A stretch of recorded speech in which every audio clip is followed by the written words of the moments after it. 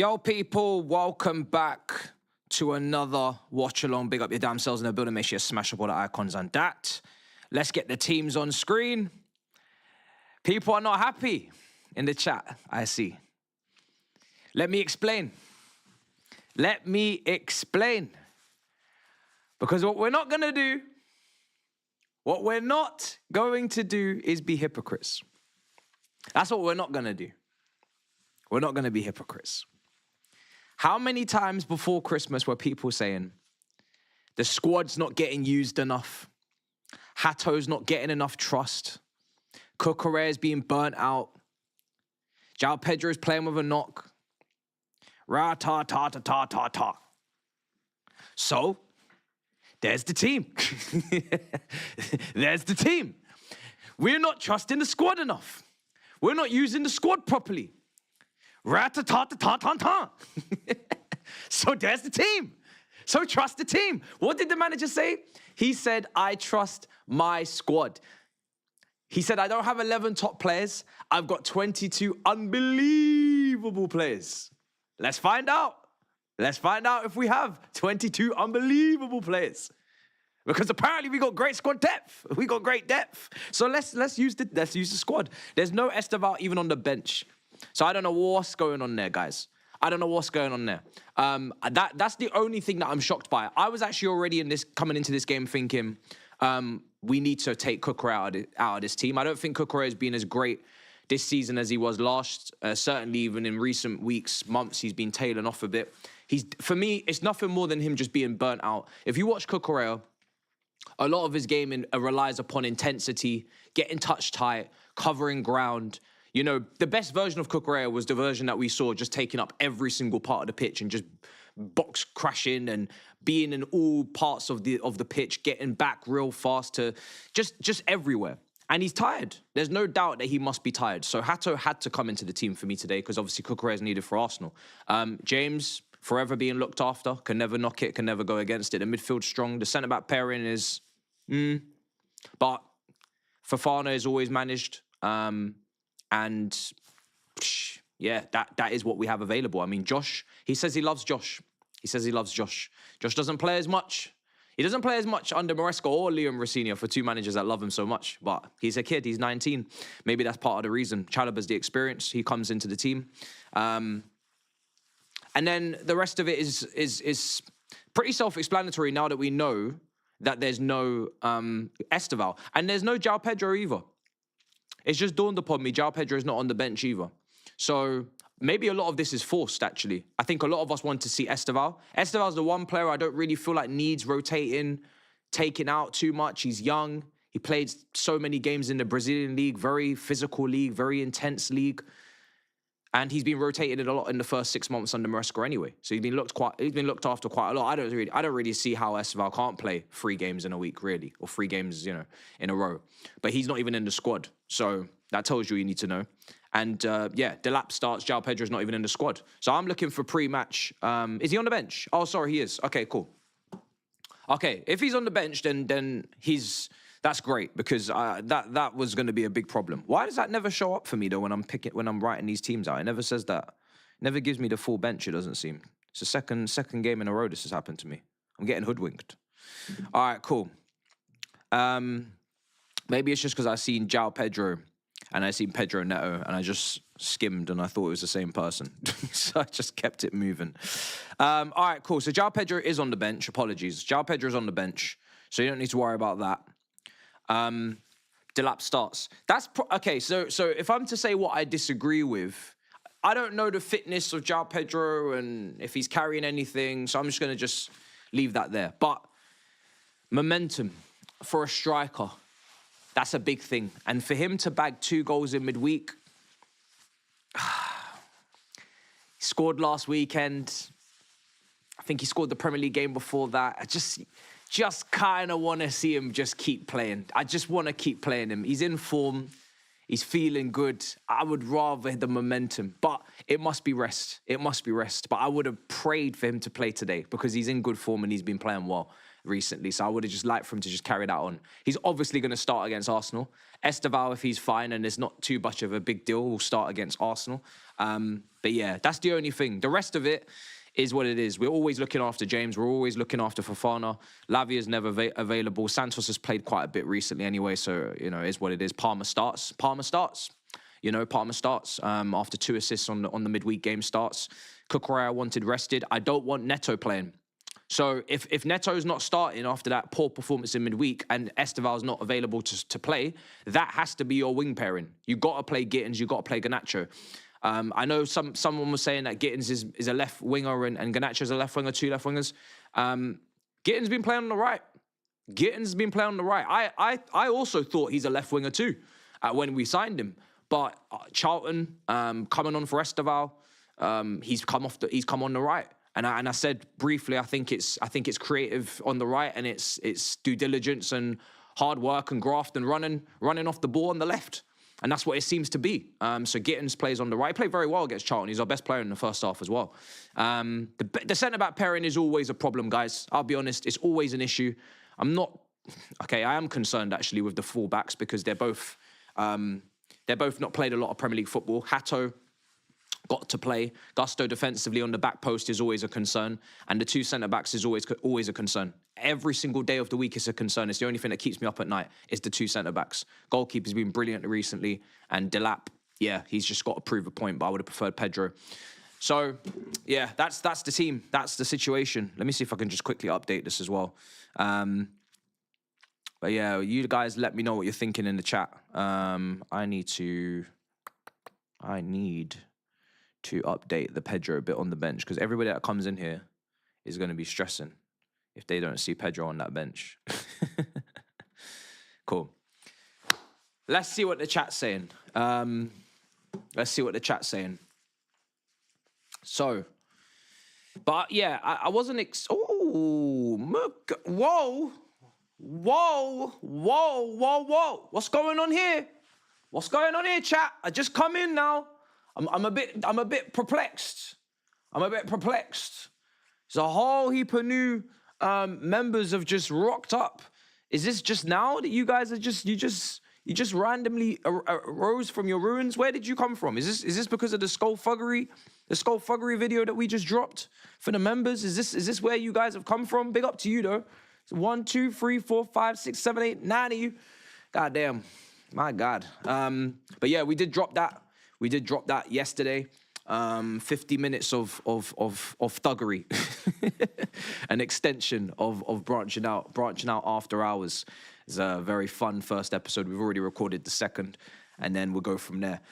Also, before I forget, actually, and I get in super duper trouble, this is sponsored, this watch along, and also, obviously, a lot of you just come back from Napoli away. I hope you guys are all right because it was actually a lot more dangerous than even I had anticipated. I didn't realize it was going to be as dangerous and as trepidatious as it was. I was wanting to go myself, but we will be keeping out on the knockout stages. Obviously, we're through to the top 8. We'll be looking out for away games. I actually want Karabag. I know we could get Monaco, we could get Karabag, is it PSG and Newcastle? I'm praying for Karabag because I want to go to Azerbaijan. But yeah, check this out. Now, I know a few of you have just come back from Naples away, our last away game in the Champions League first phase, and all of us are highly anticipating those away days in the knockout stages to see the sights and scenery. But not only do we need to be punctual for our flights, we need to be prepared for a lack of Wi-Fi. Last season, I was rocking up to airports, refreshing for taxi apps and reservation DLs. That was till Saily eSIM entered the arena. No more sweating and stressing over airport Wi-Fi. You can set up on their app, and within a couple of minutes, you can have Wi-Fi at your fingertips. You only need to install once and you're done. Access to over 200 destinations. And Saily's eSIMs are compatible with Android and iPhone devices. And if for some reason your device is not compatible, you will get a full refund, so there's no risk. And they also provide 24-hour support if any issues occur. They offer flexibility between global and regional plans, as well as affordable data plans in all sizes up until unlimited, putting an end to mobile services' crazy roaming charges. Saily is the solution to save money. So click the link in the description or scan the QR code on screen to download the app and receive a 15% discount on Saily data plans. And don't forget to use my code MAH15 at the checkout. Make no mistake, I'm getting ahead of the game, so thank you to Saily for saving my solo and Big Six trips, and thank you for sponsoring this stream. Big up Saily in the chat, much appreciated for sponsoring the stream as they have today. Obviously, like I said, link is in the description, 15% off discount code MAH15. If you are going on them away days, like I said, I'm looking for Azerbaijan. I'm even looking for, Monaco is mad expensive, I'll keep it a buck. Newcastle, we don't even need to be stepping outside the perimeters. And PSG, it's a bit difficult. It's a bit difficult. Even though, to be honest, Newcastle went to PSG and got a draw on the last day. So, you know, yeah. Obviously, as Gusto says, we're relishing any challenge. Bring everyone, you know what I mean? But like I said to you, I'm shameless. I'll take the easiest route to the final. I don't give a damn. I don't give a damn how we get there. I just want to get there. So there you are. All right, cool. Why am I dressed like this? Because I'm not going to lie, it's a bit chilly. It's a bit chilly, you know what I mean? I also know that, I mean, in the end, I was maybe clever for not going to Napoli, but that wasn't on purpose. I wanted to go. I was very jealous, and then next thing you know, it's getting mad. And I would never have been able to enjoy that experience. I'm sure a lot of them didn't enjoy it to the full capacity because you couldn't even go outside your hotel without getting into issues. Obviously, I saw that Arsenal absolutely wiped the floor with Leeds. I watched up until half-time. As soon as they scored the second goal, I just turned it off and moved on to another game. Someone that I am getting very, very impressed with is the ball-striking ability of Krupi at Bournemouth. I think he's 19 years old. He's also French, as they always are. More French forwards on the radar. Obviously, yeah, not the experienced heavy hitter guy that you're going to rely upon. But listen, within our restrictions and our model is certainly someone that we probably should be keeping an eye on. Don't know how much he's going to cost, but he is banging in the goals. The only concern I have is I haven't really seen him play up front on his own. I've more seen him as like part of a duo. And we already know exactly what that looks like as a second striker at this football club. Player after player failing and worrying and kind of falling by the wayside in that position. But I do like him. He does look good. He does seem to strike the ball very well. Krupi, he's got I think it's just behind Yamal for most goals as a teenager in top 5 leagues. He's playing just off Evan Nilsson today, scored a beautiful goal into the top corner. And obviously he's going to get a lot more minutes in the back end of the season now that Semenyo has left as well. So someone to keep an eye on. Another person maybe to keep an eye on, yes, is Endrick. I do like Endrick as well in terms of the talent. I don't really know where he'd play again. I don't really watch him as a I don't really see him as maybe like a lone forward in the Premier League. I kind of see him as like maybe part of a front two. Do you remember when we used to have like your front twos? You had your Drogbas and Elkas, but you also had your Carlos Tevez and Agueros. Carlos Tevez and Aguero is a really good example of what I would like to see for, say, a Krupi and an Endrick. These type of strikers, to play in a front two, to kind of play off of each other, I would love to see it. But you don't really see that formation or that system or that pairing in the Premier League these days. You don't really see front twos. You used to see front twos all the time. Where you go back to Owen and Heskey, like I said, you go back to, you know, so many other examples. Obviously, if you want to go back to the treble-winning Manchester United team, you can go all the way back there as well. Bergkamp and Henry. We used to actually play with front twos a lot here, but now it's always a lone forward. And I don't know. I'm not saying that they can't, but I don't know how those two, with their build, with their kind of body type, body physique, I don't know if they can play up front on their own in the Premier League team. It's a lot to ask. It's very physical. So in a two, though, I think those two together, if you was to get those two and put them together, you got a left footer in Endrick on the right forward position. You got Krupi, a right footer on the left-hand side. Them two together, magic. I think it would be magic. But I don't know how it looks on its own. But I do think they're talented. But let's see how they get on in their next 6 months. And I mean, like I said before, it depends how João Pedro's doing as well. Because if João Pedro's smashing it towards the end of the season, he's racking up 15 to 20 Premier League goals, 20-plus goals in all competitions, and it's a player that we're looking at and saying, you know what, we're going into next season, you're leading the line, you're the main man, forget what Delap's doing. I don't know who else is coming in. Obviously, you got Omega 3s and all these guys. But you know that's the main man. Then you can start to build off of the main man and actually supplement and supply the main man with other players. But if that's not the main man, then we need the main man. So it all depends, doesn't it? It's all dependent. How do you guys feel about the lineup? I'm going to put up a poll.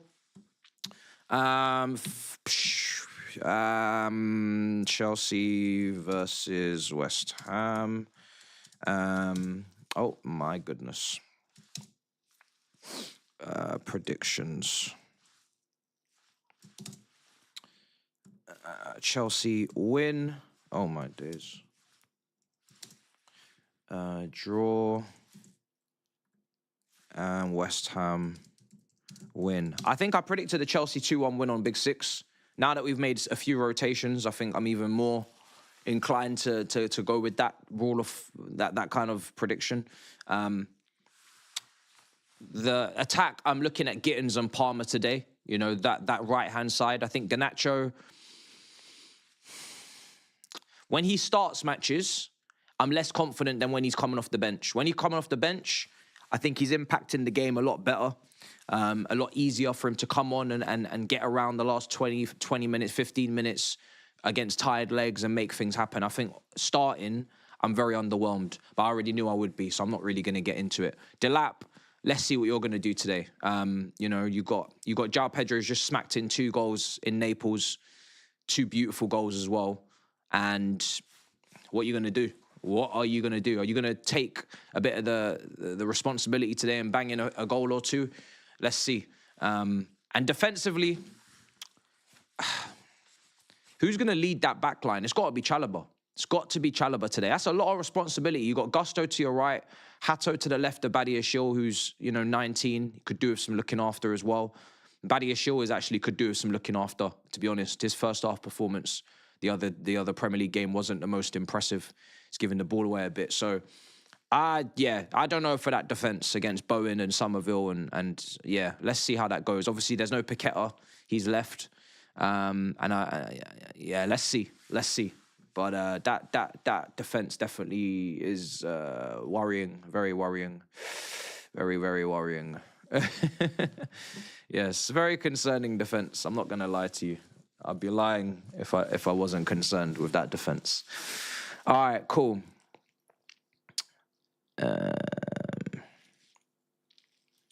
Line-up's good enough for West Ham. West Ham are 2 wins out of the last 2 in the Premier League and 3 in all comps. So they've maybe turned a bit of a corner. You know, they're trying to obviously escape relegation. I wouldn't take any team lightly. There are players in that West Ham team that can cause us a couple of problems. I think Diouf at left back could definitely cause Gusto some problems if we don't track him. Gittins has got to stay switched on. I think Fernandes in midfield has started to play and show what he can do in there. Souček I've never been a massive fan of, but you need to watch him from crosses and corners and set pieces and wide free kicks. So you still need to keep an eye on Souček anyway, because that's our weak point. Bowen is Bowen. Somerville's been better recently as well. So there is a few, and Wan-Bissaka up against Garnacho is going to be interesting, because Wan-Bissaka's a 1v1 kind of defender, isn't he? He likes to lock people down in that respect if he's at his best. Garnacho's not greatest on the dribble. So yeah, it's actually going to be very interesting, I think. I'd like it to be an absolute 3-0 whitewash, but I could easily see it be a tight game, to be honest. I don't think it's going to be easy, guys. I don't think it's going to be easy, but hopefully it will be. Hopefully it will be. It's about getting that early goal, isn't it? Get that early goal, and then they open up, and then the game's different. But if it's a low block, and it's past 20, 30, 40 minutes, and then things are starting to get cagey and nervy, then it's a different ball game. I mean, they beat Sunderland at home. Sunderland are a very good side. Went to Tottenham and won. It seems like everybody goes there and does that. And before that, they didn't have a win in 10. So they were in shocking form before the last couple of games, and now they're trying to respond. I think they're still in the relegation. Yeah, they are. They're 5 points off Forest. So they need to win this game. I mean, every game is a must-win for West Ham. They can't really be going into any game saying, we'll take this, we'll take that. To be honest, every game is a must-win now. So let's see what they're on. They might have a plan for us. Everton scored last-minute goal, apparently, in the chat. They've just scored a last-minute equaliser against Brighton, and it's Beto in plus 7 minutes injury time. So yeah, and then obviously Liverpool versus Newcastle later on today, and then after that it's Sunday's games. Obviously we have the Mob, which I will redirect you to after this, which is tomorrow. I think Big Steve's debut on the Mob for Tottenham versus Manchester City. Yeah, and that is where it will be tomorrow. Beto scored. No, there isn't. No, there's no excuses for not taking the points. Absolutely not. We have to win the game. But I'm just saying, I don't think it's going to be easy. I don't think it's going to be as easy as especially we've made rotations. Our defense is very, very suspect back there. So Yeah, let's see how the defenders do when they are tested and when they are put under some pressure.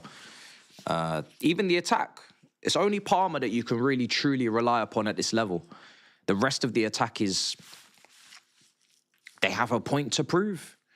The rest of the attack have a point to prove, and the whole back four have a point to prove. I think only the goalkeeper could say he's in great form this season. Chalobah had a very messy start to the season, then he picked it up. Then there was a few more mistakes. No one in that back line is really having a very good season. So, yeah, apart from the keeper. So, yeah, let's see. Let's see. But there's a lot of people in there today that need to prove a point, man. It's going to be difficult, guys. I don't think it's going to be easy at all, man.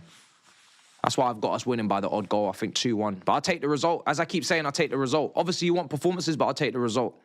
I'll take the result. I'm not gonna lie. I'll take the result. Big up to Let Me Breathe H9E for sending 20 memberships, man. That's very kind of you, especially after we just dropped that Thuggery video there as well. So much appreciated. I'm sure the chat are happy. A lot of guys got free memberships there. Big you guys up. I hope you guys enjoyed that, man. It was a nice first sit down with Skulls. It was a nice first sit down. Obviously, the next branching out episode will be next Friday. And then the next after hours will be the Friday after. So every Friday, you're going to have something now from branching out in some capacity, especially with the members there. Turn the chat green. I don't actually know how to do that. Can I change the color of the chat to green? Is that a new thing? Is that a new thing that you can do on YouTube? I don't know. But yeah, I don't know where to do that. All right, cool. Leeds are getting a point. Yeah, I'm an idiot. I'm an idiot, bro. I really thought, big up KG for the raid I just seen. Big up you guys, come over now. I really thought Leeds could do something for us. They're in good form. One defeat out of like the last 11 or something. And these man just folded. They folded, bro. They folded, like obliterated, you know? It's dark. 4-0 is dark. I didn't see that coming. I never would have predicted a spanking. Even if I had gone with an Arsenal win, I would have said fine margins. I would have said like a 2-goal deficit at most for Leeds. 4-0 is dark. It's very dark. But on to the next, I guess. Very dark. City now need to do their job. Villa tomorrow are playing as well, I believe. Who are they playing? Aston Villa. They've got Brentford at home. 2 o'clock kickoff. So do your job. Do your job. Worried about Achampong. I'm very confused as what's going on, guys, with this. I'm very confused as to what's going on with this centre-back situation. We bring Insamino back from Dortmund. He was never not in favour. He was injured or he was playing, then he was injured, then he was playing, then he was injured. So that's one thing. People are saying that Dortmund were trying to roll out the red carpet, trying to lay down the framework and foundation for this player to come and join on a permanent next summer. 2 things. We've dealt with Dortmund for years. Ian Matson, Carney Chukwuemeka, Gittins, etc., etc. You know your relationship with Dortmund by now. If you don't like the relationship, why are you loaning him out there in the first place? And if you have loaned him out there, leave him out there. Like, forget Dortmund. They're not signing him without our say-so because he's probably down to a contract till 2034. So they could like him as much as they like him. They can chat to him as much as they want to chat to him, make him cry 6 months into his loan. But come the summer, when he comes when he brings his ass back to Cobham, it's us that they're negotiating with, and it's either yes or it's no. And people talk about player power. Player power with it, Aaron Insamino, player power at Chelsea. Aaron Insamino, brother, if you don't go sit your ass down in that under-23s and shut up, bruv, talking about player power.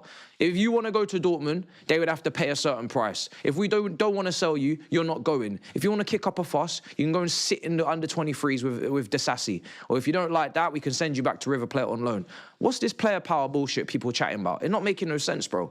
Not making no sense. What I'm saying is it's not making no sense, is we bring him back. I thought we was keeping him. I thought we was having him under our own, medical supervision. That would have made sense. Okay, might play a couple minutes against Hull City, but now we want to send him to Strasbourg. We want to take not Malang Sarr. We want to take Mamadou Sarr from there and bring him back. Who the hell said, bruv, we can't just keep doing this, bro. Mamadou Sarr, who said that this brother wanted to move mid-season as well? Is he not having a great season at Strasbourg? You're not going to mess up his development. So, I don't know, man. It's all over the place. Don't know what's going on. Insamino never said he wanted to go to Strasbourg, so you can't just force him to go there. Again, he has to actually agree. Just like we have to agree to let him be sold. It's just, I don't know what's going on, bruv. I don't know what's going on. It's all over the shop. It's all over the shop. Just because we purchase these players doesn't mean they have to do everything that we say, That's not how it works. They actually have a say. As you can see with Sterling, we couldn't move him. We had to pay him out. Like the players, when you sign a contract, guys, it's legally binding both ways, It's not just the club's way and the player just does whatever the club want. That's not how the contracts work. The contracts is for both parties. So the player has to agree to leave or or he's not leaving, So maybe it's just something to note in the future before you pull people out of their environments that they were actually developing in. They're not actually going to do whatever you want. So, yeah, should have been a conversation that could have been had before we took him, but hey-ho, here's what it is. No, Mamadou Sarr is right-footed, so he'd be playing on the right side of the defence, I'm pretty sure. They're not players, they're commodities. They can see them as commodities if they want to, but they are human beings. And human beings have the free will and right to make decisions on their own accord. You don't have to agree with the decision. So a lot of people are saying it would be a good loan for him to go to Strasbourg. I think it would be a good loan for him to go to Strasbourg, actually, as well, because he's not going to play enough games here, and Strasbourg is a institution that we are very closely linked with, so it makes sense. But that doesn't mean he wants to move to France. He might not want to go to France. He might not want to go to Strasbourg. I don't know why, but that is up to him, and I don't really feel bad for us that he's made that decision. That's just part of the game. That's part of the game. You should have chatted to him before you brought him back. All you got to do is say, we want to take you back out of Dortmund, but would you be happy to go to Strasbourg? So then if he says no, then you realise, oh, okay, might need a different plan because he's not actually going to go to Strasbourg. Or if he says yes, then it's fantastic. Then you can just do the deal. We should ask first. Should definitely ask first. No, there's no Esteval today. I don't know the reason why. Until it's confirmed, I'm not going to do the hearsay because I don't want to spread any false information. Oh, okay. It's been reported, so we can read it. So, according to Kieran Gill of the Daily Mail, Chelsea reporter, says Esteval has had to travel back to Brazil due to personal reasons. No more clarification outside of that, but personal reasons. So, don't know how long he's going to be there. Don't know what happened, but it's personal reasons. So, it's obviously serious, very serious. So, wishing him and his family all the best and take all the time you need. And that's it, really, with that. So there is at least justification for why he's not there. It's not him being rested. It is personal reasons. The rest of the players seems to be rested. And that is why they're on the bench. Or they're being looked after, rotated, managed, whatever you want to call it. But the latest on Insamino, his agent arrived in London for a meeting after the West Ham match, which is after this match, which is later on today. His future depends on Jacquet and Mamadou Sarr. Dortmund have a small hope of getting him back again before deadline day, which would be absurd. And obviously, Tyreek George looks like he could be leaving as well. Should really be on a permanent with a buyback or a matching clause, in my opinion, but it could be a loan to Everton. Personally, I actually would like to see him go abroad. Think he'd be great in Germany in a front two system or Serie A in a front two system. I feel like he's another one of these second strikers, similar to Krupi, that type of position. But it's not my problem. I'm not the agent. So let's see where he goes. But I think he'd be better off in abroad, if I'm honest, based upon what I've watched so far. I think he'd absolutely smash it abroad. Absolutely smash it. I really do. Right, let's see what's going on in the chat. We need these guys to step up today. Are we having a transfer deadline stream? No, there's nothing important enough going on for that. It would just be us sitting here for hours. Nothing would be happening. It's just silly billy stuff, really. What day is that anyway? Is it not a Monday? No, it's a Sunday.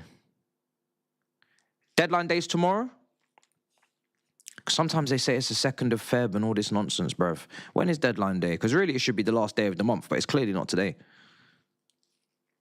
Yeah, 2nd of Feb. So, nah, we got Big Six. I'm on DR. We got Talk Sport. I'm not gonna sit here waffling for hours. We ain't doing nothing important. If Jacket's coming, Jacket's coming. This is not Fernando Torres. This is not Enzo Fernandez. This is not a World Cup winner. This is not a goal scorer. This is not a headline, bright lights. This is not a transfer that Fabrizio needs to be milking. I'm not encouraging this behavior. If he's coming, he's coming. If he's not, he's not. I could not give 2 flying Fs. Genuinely. I don't know what kind of nonsense these men are doing, trying to milk 40 games in League on Jeremy Jacquet as the big story for deadline day. What are we doing? When are we going to get serious as a sport? What are we doing, chat? We used to stay up late for Caicedos and big transfers, you know. Big transfers used to go on, and we're staying up late and we're doing up that. What are we doing for Jeremy Jacquet? He might not even be signing this window. He might be signing, and then we're loaning him back. What are we doing right now? Nah, Jacquet, you're not getting that. I'm sorry, Jacquet. I'm sorry, Jacquet. We're not doing this. Nah, we're not doing this for Jacquet, guys. We're not doing this, guys. No. This is tomfoolery of the highest order. We need to be serious now. This is bonkers.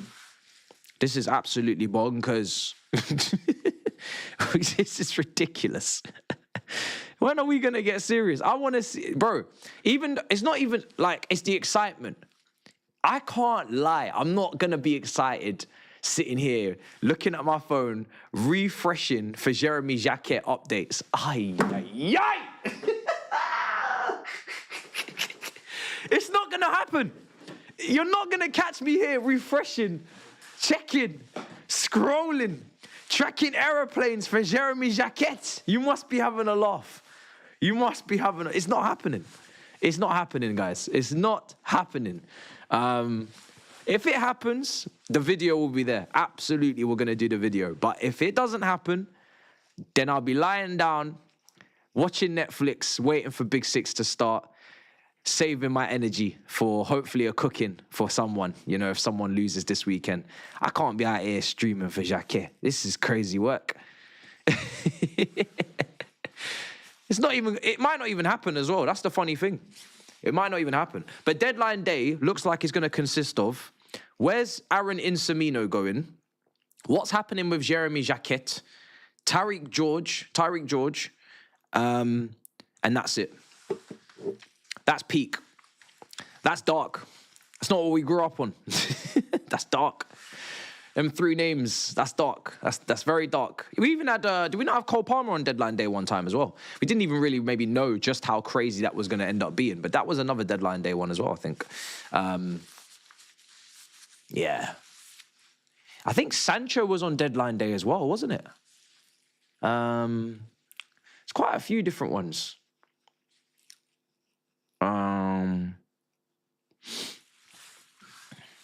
I wasn't really too focused on Esteval, as I keep saying, because we were 12th. I don't know how many times I have to keep repeating myself, Shina, but we were 12th. So my priorities are when we're 12th, they're not going to be 16-year-old Brazilians. No, I don't apologize for that. That's just the name of the game, guys. If we're 12th, priorities are not there. With Palmer, I actually always liked Palmer, as I said. I watched him at City when he was playing against us 4 times in one campaign off the left wing, Carabao Cups and whatnot. And 40 million was probably as north as I wanted to go, because as It's quite a lot of money, to be fair, for someone that played the amount of games he played. But I always like Cole Palmer, to be fair. Just like I like Lavia.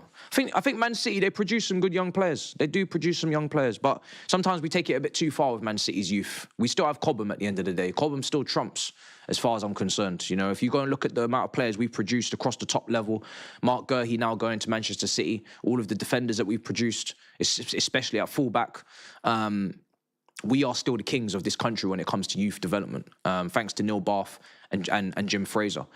So I'm not going to be glazing any other academies. I'll tell you that for free. So we need to be knowing what's in house. I was having a debate back and forth with someone the other day. Is Acheampong going on loan to Strasbourg and Insamino staying a downgrade? I said yes, it is a downgrade. Evidently, bombastically, drastically, elephantastically, a downgrade. Yes, that is a downgrade. You want to know why that's a downgrade? Because Acheampong's been out here gaining experience in this country with his high-ass potential, and he's fully fit and durable, and we're bringing in someone who's never played Premier League football, not even a lick of Premier League football in his life, who's injury-prone and also young and developing. Yes, it's a downgrade. You know what I'm saying? Just because it's new doesn't make it better. That is a downgrade. Josh should be here over Insamino right now. Absolutely. And that's why all the managers keep coming out saying that they love him. But they do need to use him if they love him. Do you know what I'm saying? If Josh was at Bournemouth right now, he'd be rated just like Huijsen was when he got his move to Real Madrid. It's as simple as that. It really is that simple. If Josh Acheampong's playing week in, week out at Bournemouth, people will be talking about 50, 60 million pounds, Real Madrid, you know. I mean, Bayern Munich are interested right now, you know. That kind of tells you all you need to know. Bayern Munich are interested right now, and he ain't even playing. Imagine if he was playing. These are the kind of clubs that are interested. You said Huijsen's better. Huijsen's been making mistakes at Real Madrid this season, brother. Don't try to gaslight us. We've been watching Huijsen. Don't be doing that. Huijsen's been making mistakes. And I said it in the summer when Mandem wanted Huijsen. I said, we don't need Huijsen, we have Acheampong. I said, we don't need Huijsen, we have Acheampong. That's not what this defence needs. This defence needs someone to be next to the Huijsen, next to the Acheampong. We've already got that player. And now Mamadou Sarr's just won the AFCON. You know what I'm saying? Let's not do this. Let's not do this. You know what I mean?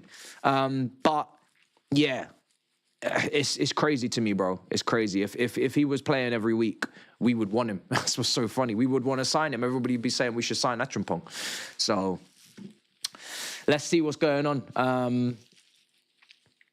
James will look good in red under Carrick. You're funny. These Man United fans are funny, man.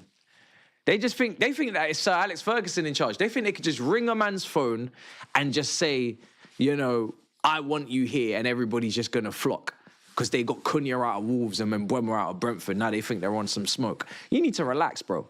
You ain't got Sir Alex in the dugout like you used to. It's not that time anymore. It's really not that time. You think it's that time, but it's not that time. You need to let it go. You think that it's the theatre of dreams. Get your facilities fixed. You know what I mean? Fix the facilities first. It's crazy work. Acheampong and Bayern, if things don't change. Appreciate it, CJ. Super chat. No one's answering the phone to Carrick. Carrick's a nice player, man. He was a very, very, very good player when he played, man. Very good. That it's difficult for Carrick because in that era, you probably couldn't say world class. But if he was playing in this era, I would say Carrick would be world class in this era. But he wasn't world class in that era because that era had like Gerrard, Lampard, Xavi, Iniesta, Pirlo, Busquets, etc., Scholes. You know, so he just wasn't deemed world class because the midfielders back then there was just too many world class midfielders. So we had to kind of put him just off world class. Modric, you know. But I think in this era, I think he could be. I really genuinely think he could be because Carrick could do like a bit of everything. He really could. So I think in this era he could be. I think in this era he could be. He definitely starts for all the top teams. He starts next to Rodri for Man City. For Chelsea, I think he probably plays in our midfield three if we're playing a three. Yeah, he definitely plays there. For Arsenal, he plays in the midfield three, I'm sure. They can, maybe it's too defensive. Maybe it's just a bit too defensive. Zubamendi, Rice, I don't know. But, you know, everybody would want him, man. Everybody would want him. Fulham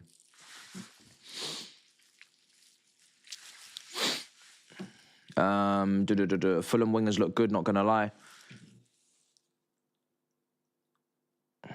No, I don't think it was. I think he was just off world class. But when I was watching football back then, I didn't think Carrick was world class compared to all the names I've just named. Unless you're going to have like 30 world class midfielders at once, which is basically what you're advocating for. We just have like 30 world class midfielders. So I don't know. For me, nah. I would have just classified him as a top midfielder back then, but not a world class midfielder. Not a world class midfielder. All right, we're kicking off in, 15 minutes? This is going to be interesting today, chat. Very, very interesting. We're the only ones on as well, I've just clocked. All eyes on us at 5:30. All eyes on us.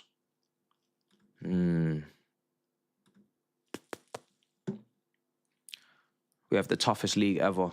Can we get an A-tier centre-back? Yeah. Who would that be? How are you doing? Oh, Tony Kroos. You see us? Enough, bruh. Bruh. That's what I'm saying. There's a lot of top midfielders, man. It's peak. It's crazy. A man just said he's better than Lampard. You see, this is why we can't take you lot seriously. This is why we can't take you lot seriously, some of you.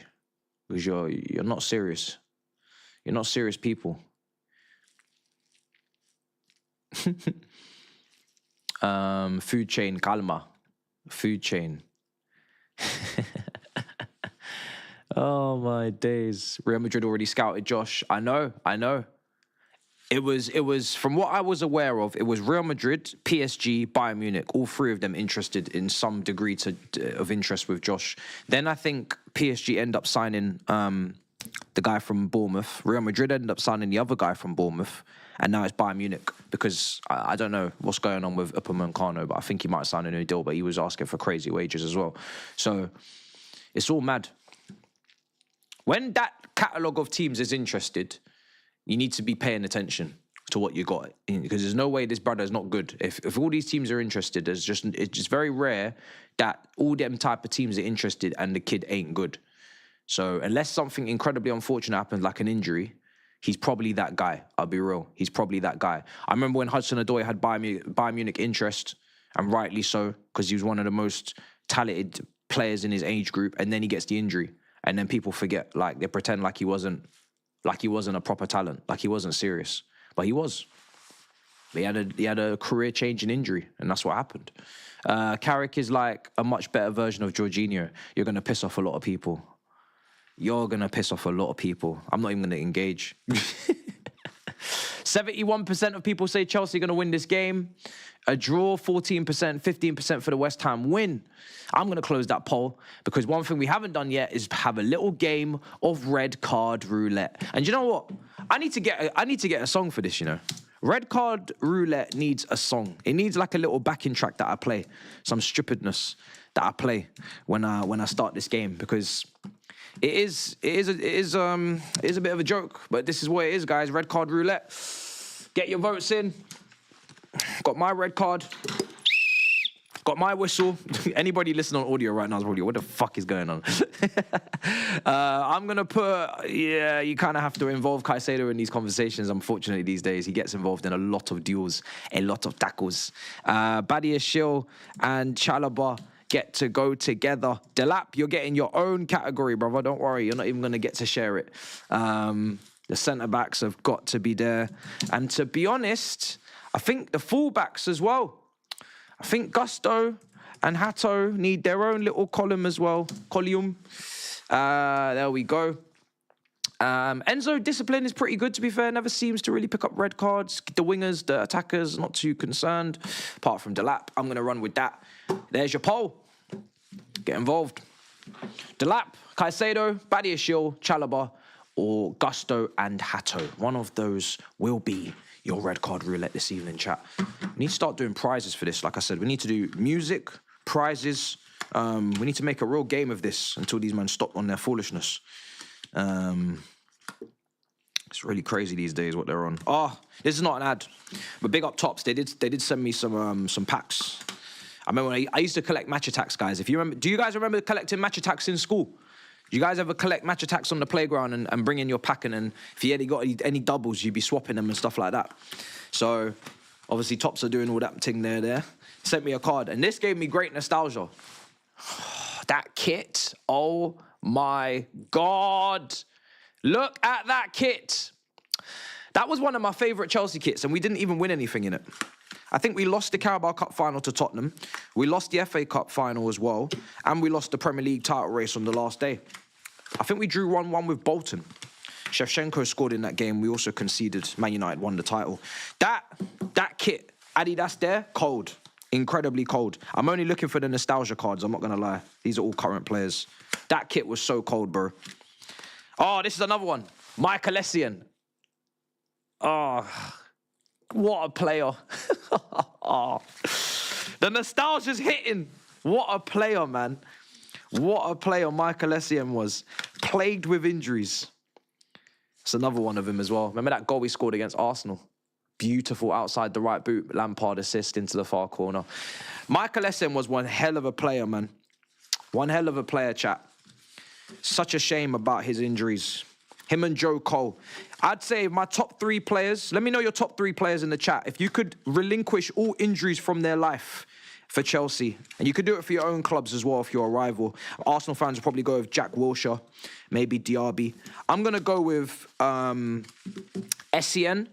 Loftus-Cheek, and Joe Cole. I'm tempted to throw Reece James in there, but Reece James has kind of recovered now. You could go and throw Hudson-Odoi in there as well, to be fair, if you wanted to. But those are the guys I'm going with. I think those 3. Ruben Loftus-Cheek for me was unbelievable. And then you obviously had the 2 other midfielders. Not the other midfielders. The 2 other players. Joe Cole was top class as well. And then obviously you had Essien, who I thought he would have been world class if he stayed fit. I mean, he was world class when he played and he was at his best, but didn't have world-class Premier League impact and influence, unfortunately, because of the injuries. Charlie Masunda's a shout, you know. Charlie Masunda's a shout. It's a great, great shout, you know. That's a brilliant shout. I got Cesc Fabregas as well. That's my Chelsea legend right there. And then we got Juan Mata, 2-time Player of the Year, sold by Jose Mourinho, unfortunately, but what a fucking player. And I got another Drogba one. Another Mata one, another Essien, and Terry as well. But yeah, shame, man. Real shame. Real damn shame. But yeah, we're about to kick off soon. Let me know your... Oh, Pulisic. Someone said Pulisic. Someone said, oh, yeah, Charlie Masunda was techie. Super, super techie. Someone said Mudryk. That's crazy. That's crazy. You can't be using that type of... I've given you like... Liverpool fans will say like Fernando Torres. Arsenal fans will say like maybe Jack Wilshere. Chelsea fans will say Loftus-Cheek. Like, what are we doing right now? Daniel Sturridge. See, these are the type of names I need to be hearing. Daniel Sturridge is a fantastic shout. Daniel Sturridge is an incredible shout. Iron Robben is an incredible shout, chat. Iron Robben is an incredible shout. This is what I need to hear. No disrespect, not Mykhailo Mudryk. Mudryk is not even injured. He's suspended. You know what I'm saying? He's suspended. Zuma. I wouldn't put Zuma in that bracket because of the quality of player that we're talking right now, but I did like Zuma a lot, especially under Jose Mourinho in the second time he came back. I did like Zuma, but I wouldn't put him with some of these other names we brought up. Martial, if you're a Man United fan, for sure. Yeah. How can man say Aspie? He was one of the most durable players of all time. Pogba, I don't know. Can't remember how many injury issues Pogba had in the end. Chilwell, some people are saying as well. Yeah, Chilwell had a big issue there on the wing-back with the injuries, him and James at the same time. Thiago, yes, Thiago, Liverpool midfielder, Bayern Munich midfielder, great shout. Thiago was a baller. He was a baller, man. Great shout. Great shout. Daniel Agger, Fabio Aurelio, and Sturridge. Okay, interesting shouts there, brother. Fabio Aurelio was, I remember the goal that he scored against Chelsea at Stamford Bridge. He sent check for a bag of chips, bro. I remember that one. Daniel Agger had a couple screamers in him as well. A man said Armando Boria and Marco Van Hinkel. You man are cooked. You man are cooked. If these are the names you're giving me, you man are finished. How old are you? How old are you to be giving me these names? Asu Fati, great shout. That's a great shout. You see, this is the type of shouts we need. Dimitri Payet. Man said Malang Sarr. Jack Wilshere was a baller. We're kicking off soon. You guys, some of these shouts are hilarious. A man's going to tell me Steve Sidwell in a minute and Papa Gilaboji. Lucas Piazon. What's next? DeSanto? Adriano. Oh, Adriano's a great shout. R9. How's nobody said R9? Where's my olders? Where's my olders in the chat? Claudio Pizarro. Peru. Where is my olders in the... Michael Owen. Now we're talking. Now you man are on your A game. Pato from AC Milan. Yes. Now I'm listening. My ears are open to this now. We're talking. We're talking now, chat. This is proper names now. Not none of this foolishness. Yeah. I like this. Pato. Pato's a big shout, man. Pato is a big shout. I like that a lot. Yeah, now we're back on track, guys. We were losing our way there with some of those other shouts. We're back on track now. All right, big up everybody in the building. We're going to be kicking off soon. Very much looking forward to this watch-along. I don't know if I'm in some sort of state of delusion, but we have been winning our games. 5 wins out of the last 6. So I'm feeling good. I just want to see another result, another win. I'm not going to lie to you. I'll take it. Neymar. Oh, Giovanni Dos Santos, the Mexican player. Oh, he had a brother as well, didn't he? He had a brother. Him and his brother at Barcelona came through La Masia. Reminds me of Rafael and Fabio as well, when they both came through and then they both got signed at Man United as well. But there's always one better than slightly than the other. Lallana,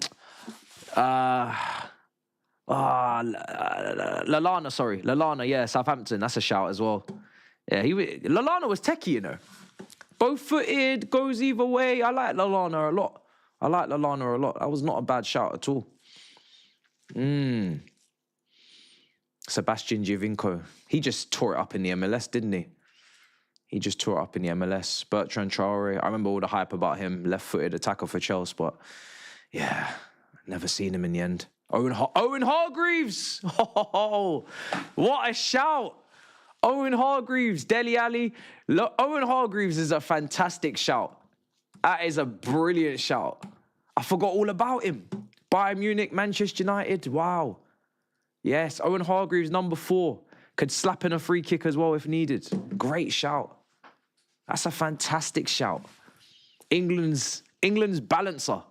Never available, but he was the balancing act. Yes. Hazard at Madrid. Little spell there. Gareth Bale. I think at Madrid, did he have loads of injuries, Bale? I can't even remember. He did mash some work, to be fair, Gareth Bale. He did his thing. I don't know how much he really cared, but he did his thing. Van Basten. Man said Mini Minto. That's crazy. Renato Sanchez. That guy, I thought he was going to be special, man.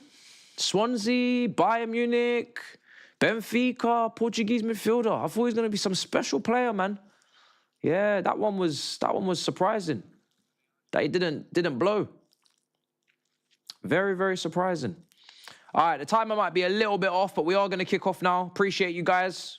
Fantastic, man. Suggestions in the chat as always. You got me thinking now. You got me thinking. Brought up some nice players that I forgot about. Let's see what we're doing. Let's get this timer going. It's going to be good. Football is the game. We're all together, and winning is our aim. I've always felt like you can't sing this song unless you've had a few pints and you're over the age of 45. I'll be honest. It's that type of song. It's not for the young'uns. It's not for the young'uns. You're gonna have to switch up your accent to sing that song. You can't be belting out that song without hitting puberty. It's not possible, bro. You must dig into your midlife crisis. Your midlife crisis. You must dig in. Give me this game now. I don't want the ref cam. Let's get kicked off. Dig into your mortgage paying wife and kids accent immediately if you're going to sing that song. I'm not going to lie to you. All right, we're doing it. We're getting it done. Oh, Turan, Turkish player, number 10. I like it. Let's go. Let's go, Chelsea. I need this. I need this. You know what it is, yeah? There's nothing better than just winning. Winning games. There's nothing better than just momentum and just constantly winning. Even if it's not the way you always want to do it. It just gives you a little pep to your step when you come into the room, you know what I mean? Coming into this thing today, I was bouncing. That's what wins can do. What's going on here? Who's this? Oh, shit. They're in our box. Yeah, tame effort. Right. Let's get this ball. Let's go. Let's go, let's go, let's go. Yeah, I definitely need a bigger performance from Caicedo today. He gives the ball away. He's asking for a free kick. Way too passive, way too light to be asking for a free kick.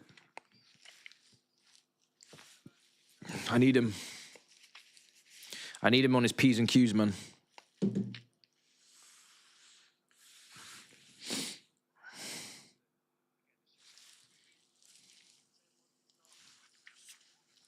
His body a show. Come on, Chelsea. Oh, sorry, I'm a bit off. Let me just reset my timer.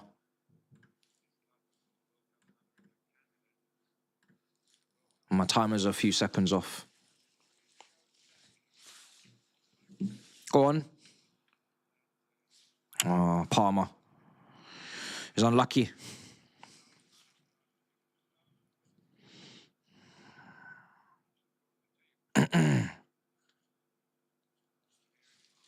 Come on, Chelsea.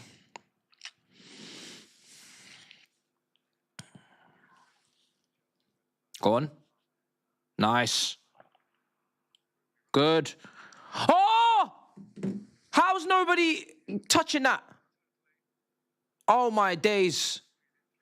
It's a great ball in. It's a brilliant ball in from Cole Palmer. Someone's got to get on the end of that. And when I say someone, I mean Liam Delap.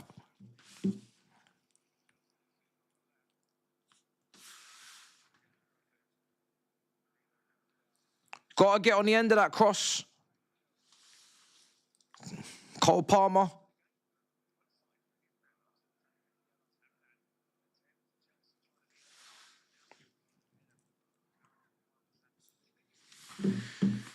Three minutes. Let's go. Come on. Cole Palmer. Cole Palmer.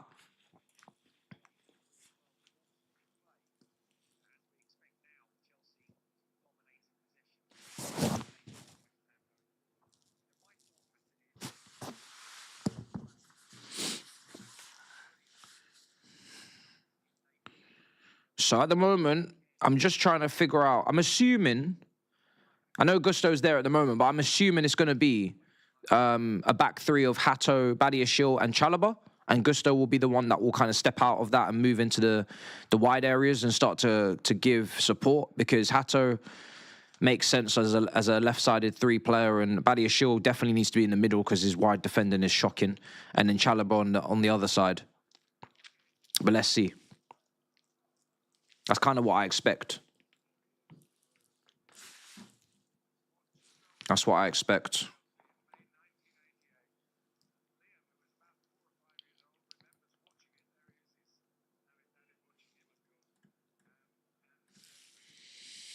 Hato box crashing. Yeah, Hato inverting and box crashing. I mean, we saw him do it against Charlton, didn't we? He played in the twin tens and he was box crashing, getting really high up the pitch. It's not really an area that I ever thought that he would be good at doing or he would be doing, considering that he is more of a left back that can play centre back rather than a left back that can go and play left wing like a Dorgu or wing back. You know, he's more of that type of more defensive profile. So I didn't really expect to be seeing him that high up the pitch, but who knows? Obviously, Gusto's been doing it a lot longer under Maresca as well, so he's probably got more experience, but I've always preferred him on the touchline. Here's Enzo. He's going to play out to Garnacho. Garnacho inside to Enzo. Good 1-2. Really good 1-2 with Enzo, actually. It's unfortunate. That was a good 1-2. The bridge, does it sound louder? I think part of it being West Ham, obviously London derby. Chelsea fans don't like West Ham fans. West Ham fans don't like Chelsea fans. It's a bit of an evening night game. It's darker. So that kind of helps as well. So I think there's a few things playing in our favour there, yeah. But it's good. It does sound good so far. Ball comes in. Oh, go on. Oh. Nice. Go on, Gusto. Oh, for fuck's sake. Gusto, man. Come on, man. That's poor. It's a poor cross. People need to look up before they cross, man.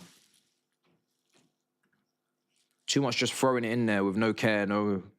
You got to aim for someone, brother.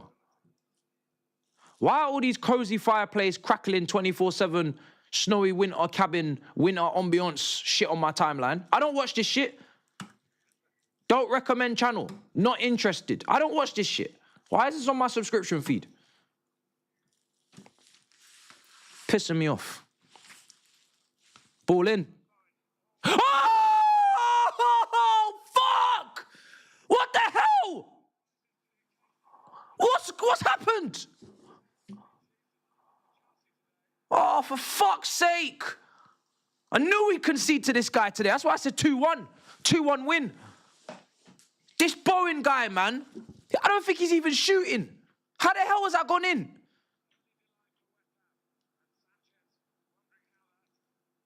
What's happened? This is what I'm saying. I bet it's going to be these two centre-backs again. Garnacho loses that duel. Fair enough. He's not stronger than Wan-Bissaka. That's not a surprise. Bang, into Bowen. Bowen cuts in. Cross. Take responsibility! These two centre-backs, they just watch everything around them. Take responsibility. Somebody, goalkeeper, anybody, even Sanchez, somebody take responsibility, please. Oh, my goodness. All three of them, Sanchez and the two centre-backs. The ball's coming into your box. None of you are touching it. None of you are engaging. None of you want to do something about this. You just let it just fly in. Fly through. Like it's nobody's business. It's your business, bro. Like it's nobody's business. It's your business. It's literally your business. It's your job to deal with that cross, to do something. It's like, oh, I don't want that one. You know, Chalobah will deal with it. And Chalobah's like, oh, Badiashile will deal with it. And that's... Come on, man. Terrible start. Terrible, terrible start. Now they're going to sit back for the whole game, most likely. They're going to sit in their lowest of low blocks. We've got to come from behind like we did against Napoli. Goodness me. Terrible. Terrible. Take responsibility.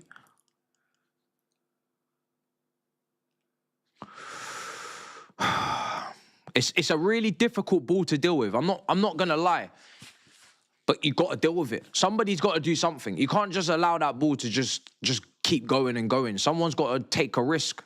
This is where world-class defenders rise and they do get a foot on it and clear it over the bar. Or they do get a toe on it. You know, it's a risk.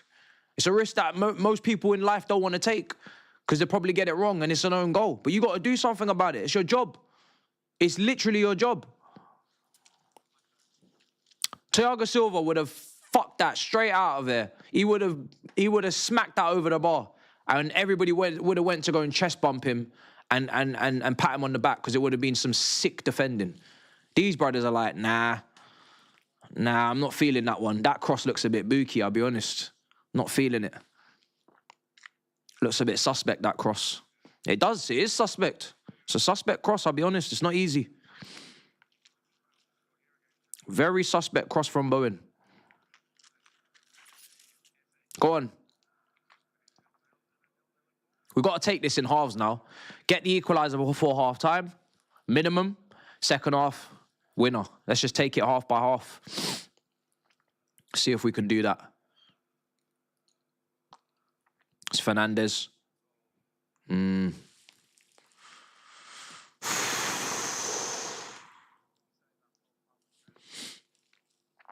people saying the goals on Hato didn't read the play. Some people saying the goals on Garnacho letting the ball come in. Some people saying Sanchez. Some people saying the two centre-backs.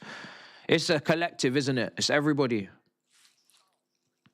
It's a collective. Everybody fucked up in their own moment where they could have done something. They did nothing. Big appearance on Rematch. You and Rory helped me relive the day. Me and my bro were streaming and the stream paused just as Drogba took the pen. Oh, big up to you, brother. That's peak, though, I'll be honest. Man said it paused as Drogba took the pen. My head would have been hot. My head would have been absolutely steaming. Steaming. I would have combust. That's one of them moments where the TV gets broken and then you can't even see what happened. Can I replace Iceman? I mod Big Six, YouTube and Discord. That's a very good sales pitch you just made. But I can't find your name now. That's a very good sales pitch you just made. You know what? Sometimes you get the job when you've got experience, I'll be real. When you've got that amount of experience under your belt, chat, it's difficult to turn that kind of offer down. As a man who likes to hire mods, that one is 30, bro. He's got experience. Man said, I've been working at this thing for 20 years. That's what you call marketing. Bro brought his resume and his CV and said, yo, hold that. Slapped it on the table. Man's overqualified. I had to give him the job. He's overqualified, chat. I can't turn that down. Can't turn that kind of guy down, man. Oh, my days. What's going on? Somerville. Fernandez. Whoa. We are getting cooked. What is going on? Oh, my days. This is a struggle. Big block from Chalobah. This is a struggle. Look at them. They're coming again. Look at Diouf. Look at Diouf. My days. If they get relegated, he's got to leave. Diouf is too good for West Ham. He's too good for West Ham. We need like a natural overlapping left back, you know, that can stretch the pitch and can be more like an Alphonso Davies type, Andrew Robertson at Liverpool type when he was in his prime. Listen, that Diouf brother right there, keep an eye on him. Keep an eye on him because we can't get Nuno Mendes, you know what I mean? So that brother could be cheap. Diouf is 20. Oh, perfect. That's what we love. Right up our alley. But I don't mind youth behind Cucurella because Cucurella is experienced. Cucurella is in his prime, so I don't mind having a young player behind him. That's the perfect way to do it. Oh, the Gulla. He's talented. I like him. You know, you can't not like a player like that. But I did feel like he might need to leave Real Madrid to get more game time and be more of an important part of a team, you know. I feel like he's one of them players. He needs to be a lot more important than he is right now. At least have a bit more main character syndrome and just take a team by the balls.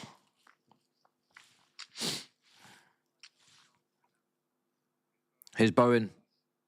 Wan-Bissaka, we're getting moved to. Badiashile, terrible clearance. Bowen. Oh my God, oh my God, oh my God. Whoa! What a save from Sanchez. I told you this ain't going to be easy, chat. This ain't going to be easy, this game. This West Ham team are on it. They're in form. A 2-1 win, I'll take it right now, bro. I'll bite your hand off for this 2-1 win. My goodness. Interchanging, underlapping runs. It's long. We're getting cooked. We're getting cooked. Good Jesus, Lord. This Bowen guy on his own is causing us issues. If they get relegated, bruv, we need to talk to them. Actually, we can't even get Bowen, I'll be real. It's too late. It's too late. It's too old. Someone's got to snap up Bowen, like a Newcastle or someone. Newcastle, someone like that's got to snap up a Bowen, man. He's too good for West Ham. He's actually too good for West Ham. Yeah, he's a level above Bowen. Absolutely. Level above. Here's Badia Shill. Chalobah.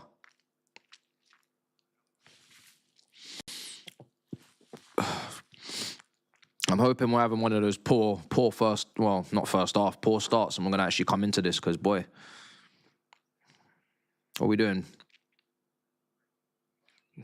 Caicedo. Okay. Okay, Hato. Garnacho. Enzo. Palmer's right in front of you. Palmer's right in front of you. Palmer's right in front of you. Palmer is right in front of you. Can we just play the obvious pass? He was right in front of you, to the point where if you just passed it to him, he would have literally been able to take a touch and shoot right on the edge of the D towards goal. Can we just be simple about this? We clip it into the back post for when Palmer's right there, open. Ay. Open your eyes, brother. He was right in front of you. My days. Palmer. Enzo. Free kick. Nope. Oh, yay! Thank you very much. Thank you very much.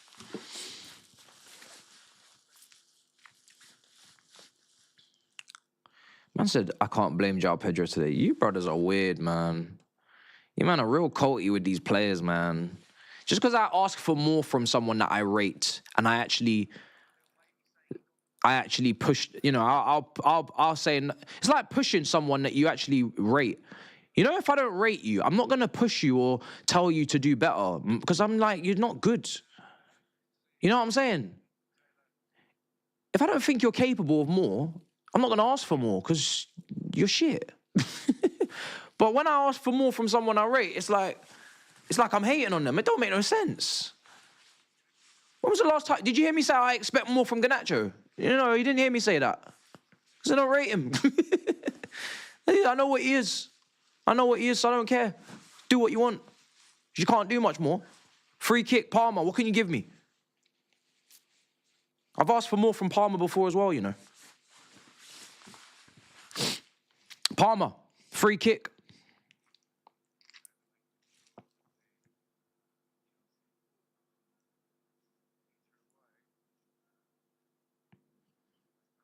Prime Palmer slapping his top bins.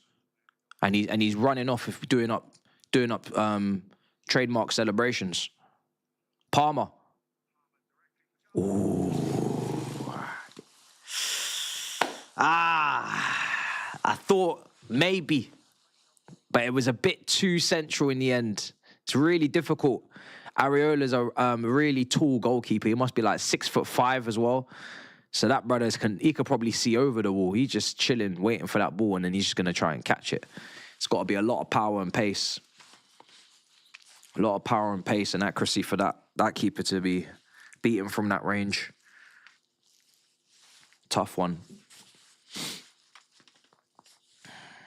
Here's Garnacho. Badia Shill, Sanchez.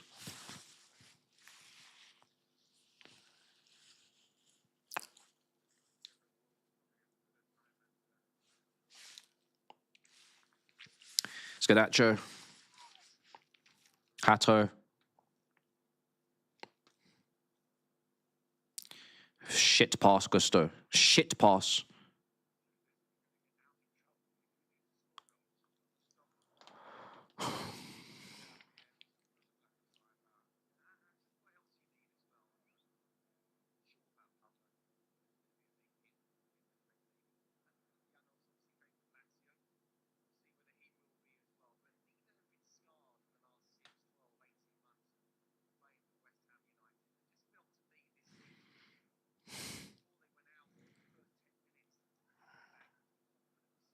Let's get that, sure.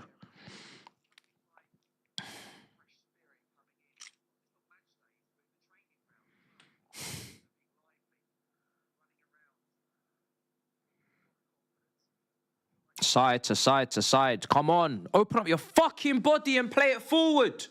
Fucking hell, man. Badia Shill. How many? You're playing on left side centre back.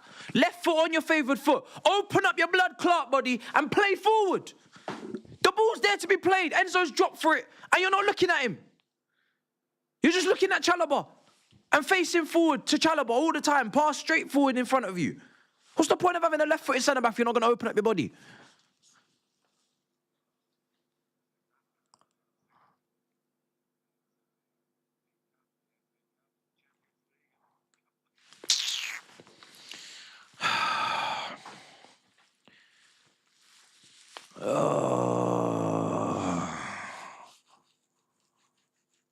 If it was a right footer, I get it, because you don't trust yourself, or you're playing on your wrong side.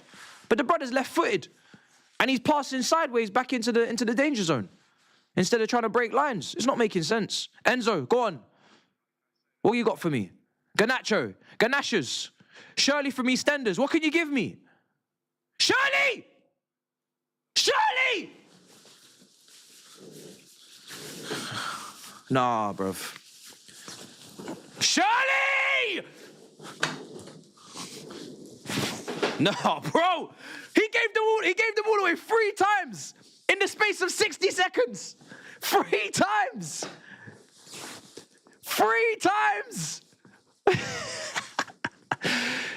Even for the lowest, even of my lowest standards, you're still pushing it. Doing that. You're still pushing your luck. I ain't got high standards of you, but even that, you're pushing your luck with me. Yo, someone get Phil Mitchell on this pitch, man. What is going on here? This is crazy. Oh, goodness. Who's that over there? Gittins as well. Blood fire. Blood fire, Shirley. Shirley! Stop giving the ball away, Shirley! These turnovers are absolutely nuts. It's crazy work. It's got to stop. We're actually cooked today on the flanks. That's the only thing, because there's no Esteval. Usually we just pray to Esteval to come on. He's not even here. And I don't really want to see Neto today either. So, oh, Gittins. Oh, my God. Oh, my God. What's going on here? What's going on here? Gittins, you got to get up. Gittins, Gittins, Gittins. What's Gittins doing on the ground? The best winger on the pitch is playing for West Ham. It's the facts of the matter. But the best winger on the pitch is in a West Ham shirt, guys, and it's Bowen. And by a very significant margin as well. An incredibly significant margin. They've got the best winger on the pitch. It's bonkers. Absolutely bonkers.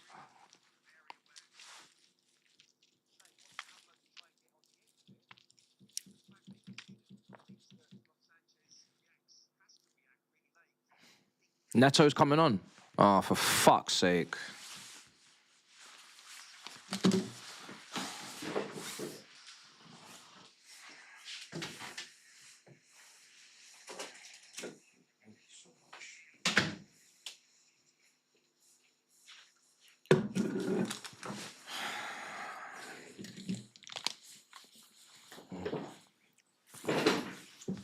Oh my fucking God. This is a nightmare. The 2 wingers I hate to see on the pitch together are coming on. Is going to be what we have to the end of the game.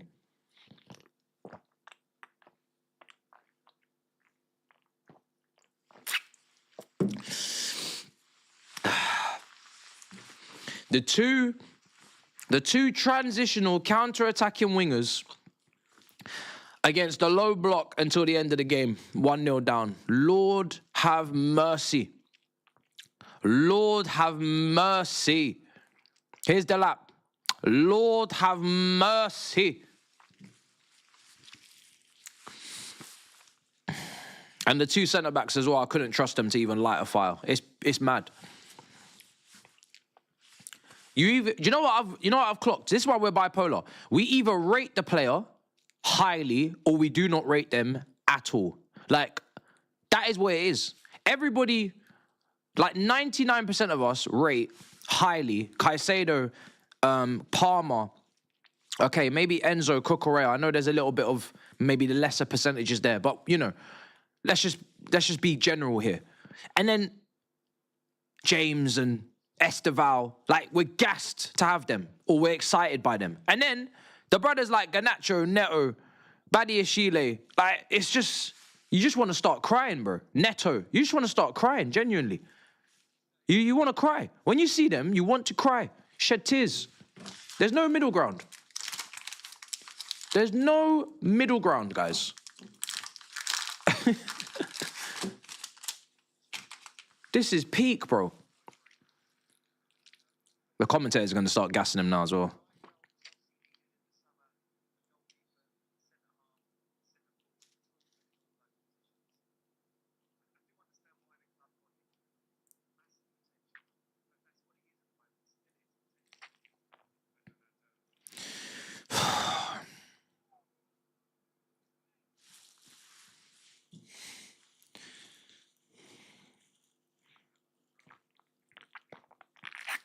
Yeah, I heard them.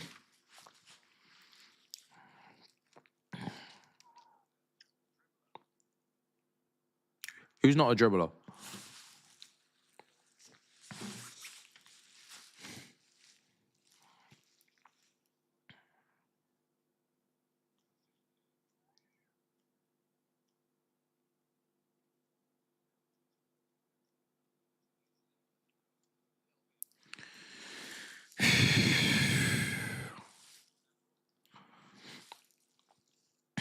We need to find a way out of this.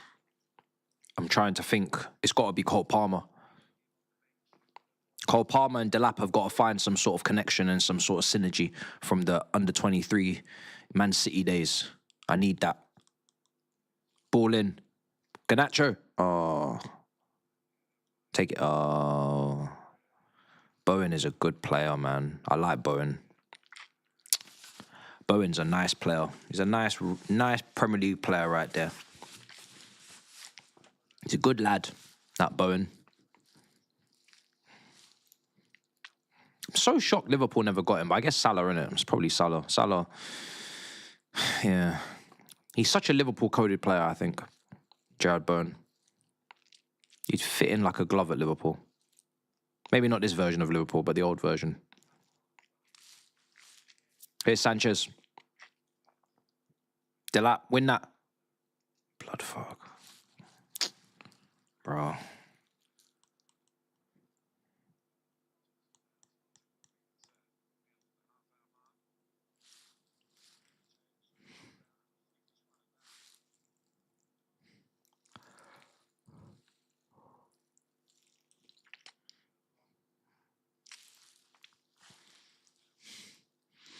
When when you're rattled and you're just like, well, bro, these commentators talk too much, you know.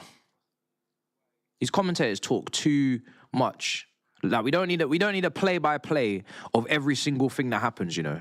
You know you can be quiet. That's how you know I'm rattled. That's how you know you're rattled watching a game of football and you're telling the commentators to shut up. Like these commentators never shut up, you know. They're just talking too much. Oh, dear me.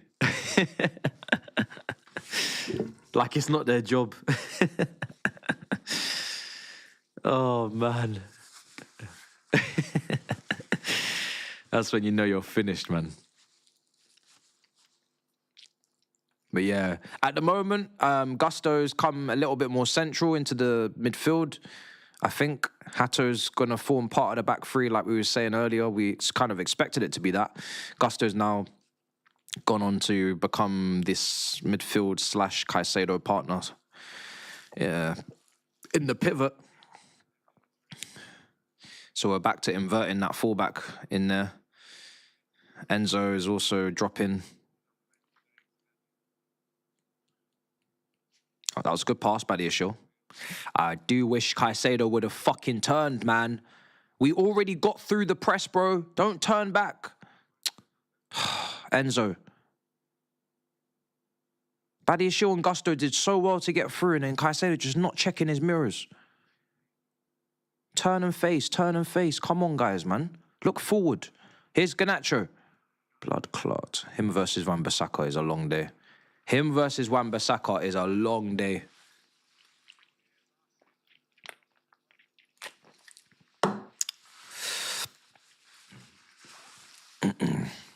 Guys, Garnacho versus Wan-Bissaka is it's a toughie, bro. Wan-Bissaka, when he locks in, he's one of the most difficult fullbacks to pass in the league. You know, we all know this. He's very, very good 1v1 when he's at his best. So, and we know Garnacho's not a good dribbler, so it's a really difficult battle over there. It's not easy at all. It's got to be Palmer today, man. That's why we got to go central. We got to go central, and we got to find Palmer, who's got to slip it into Delap. Because even Delap, I'm not really looking at him to win the headers or, you know, airily. I need Delap firing shots.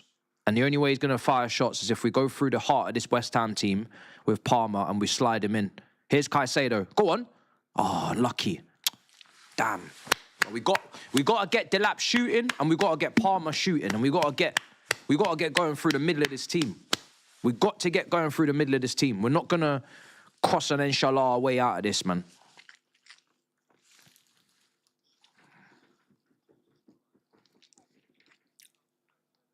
Doubling up. Yeah, Bowen works his arse off. He gets back. So even if Garnacho is out there with Wan-Bissaka, he's even usually got Bowen on his heels as well, not far behind. It's an incredibly difficult situation over there. And Hato's not a fullback that's going to double up very nicely with you. Because that's what Garnacho needs with Wan-Bissaka. He needs someone at left back to come and support and provide a bit of a guessing game. But we ain't going to do that with Hato. So here's Palmer. Neto. Sorry, Augusto. Neto. Oh. Fuck.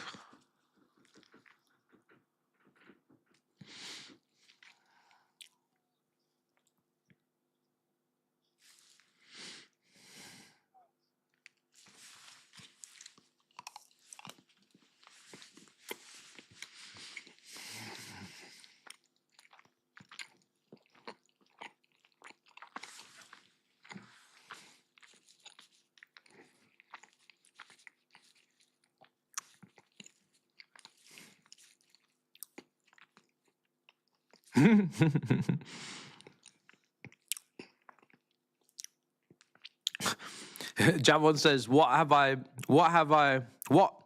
have my... Bruv, this doesn't even make no sense. What have my grandparents done in life for me to suffer through this wing pairing? Palmer. Go Palmer. Garnacho. Corner.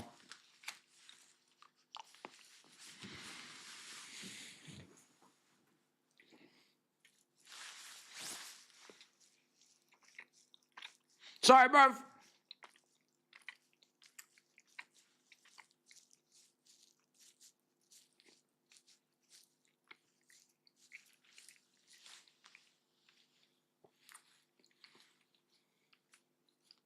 Sorry, bruv. I wasn't trying to do the ASMR thing. Although, if we ever get tight for bread and this YouTube thing ain't working out, you can catch me on Twitch, ASMR, and we'll be doing... No, I'm joking. I'm joking.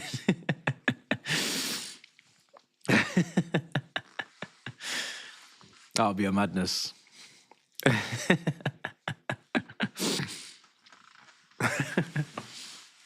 Can't even spell his own name. 10 minutes left.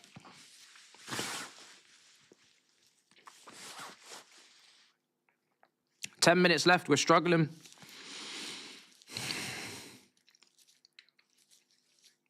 Good defending, Chalobah.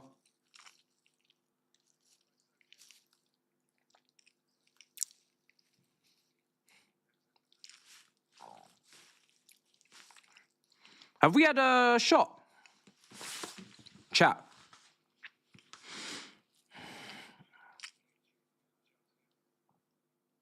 Oh, we've had 3. Oh, yeah, okay, we have. No. I couldn't remember. We actually have, you know. I couldn't remember them. We've had a few little shots here and there.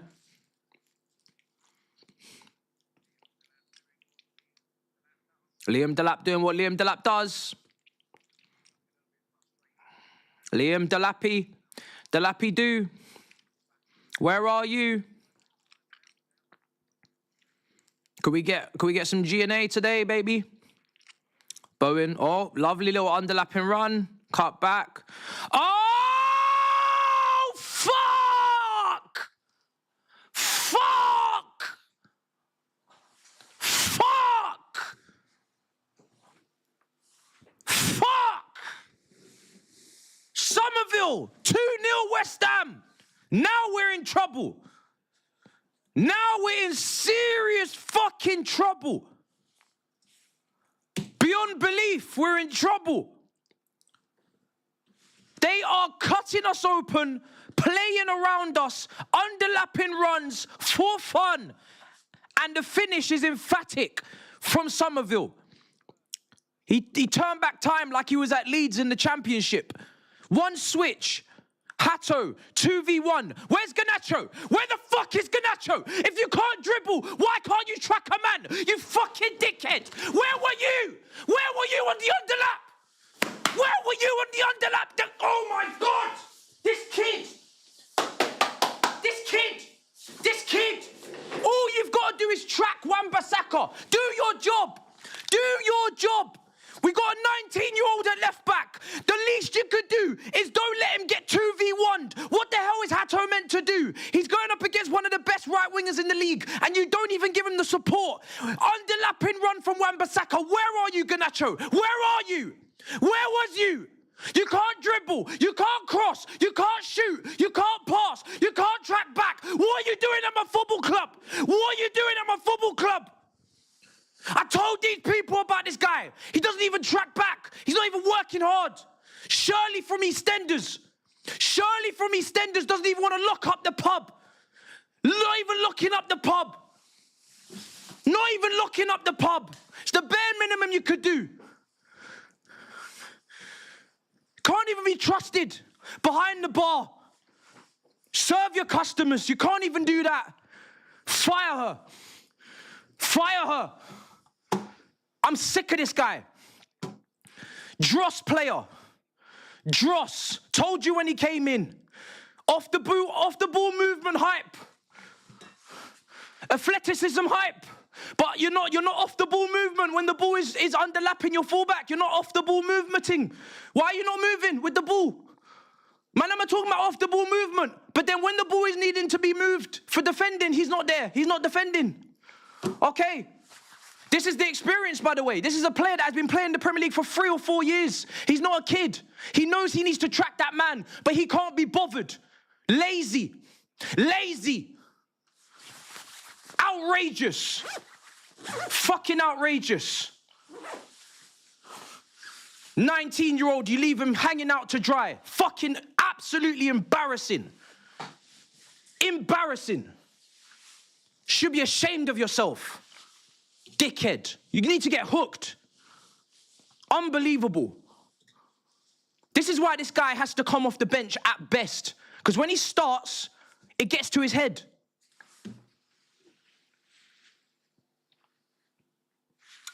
Fuming. Absolutely fuming.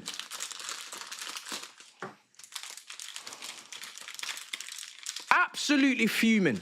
This is why I don't business with this. I don't. Not good enough.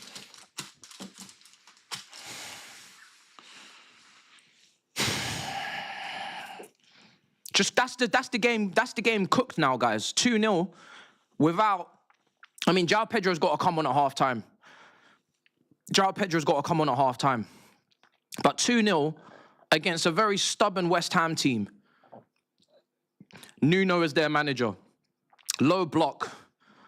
Not good. This is not Napoli. You know? This is not Napoli. 2-0. 2-0 goal deficit.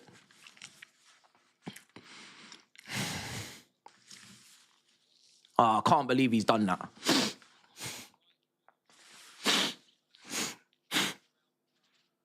Can't believe he's done that. That's so selfish, man. I can't stand players like that.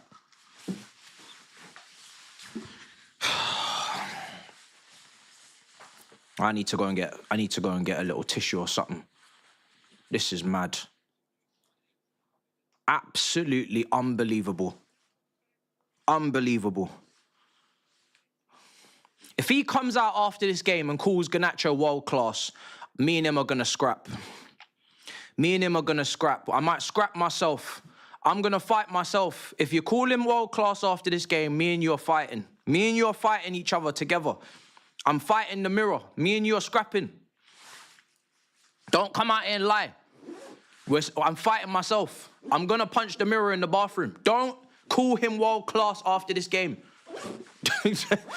Do not call him world class after this game, or I'm going upstairs and I'm punching the mirror, bro. I don't want to hear it. I do not want to hear it, bro. I'm telling you now. There's certain lines we can't be crossing, and that is one of them. Don't come out here and lie. Don't come out here and lie.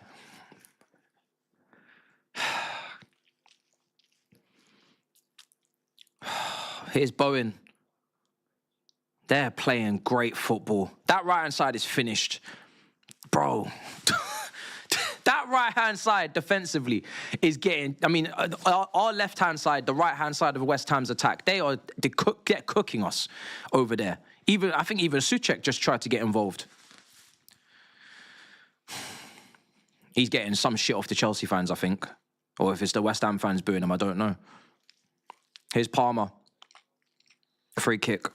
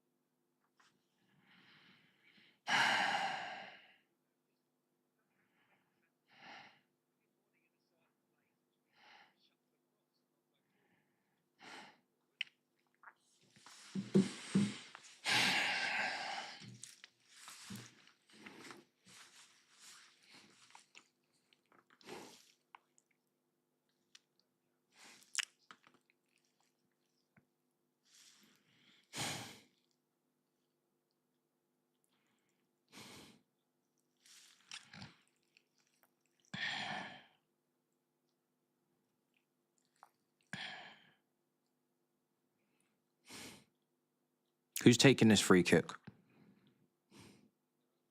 It'll be Enzo, it looks like. Because Palmer's already taken one.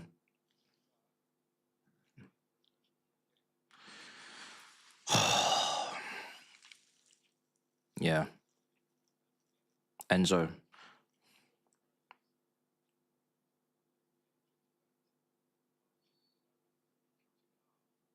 Enzo. Shit.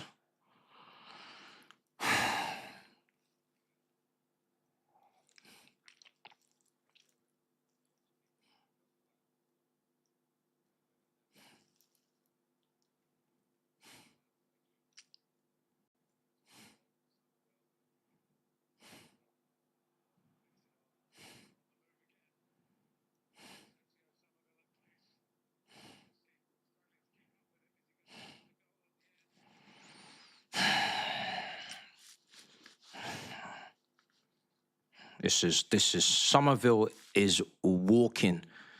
He's having an absolute field day. Look at the flicks, him and Bowen. Look at them. Look at Somerville and Bowen. They think they're at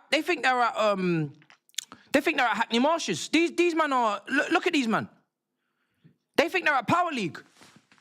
This is crazy work. This is crazy work.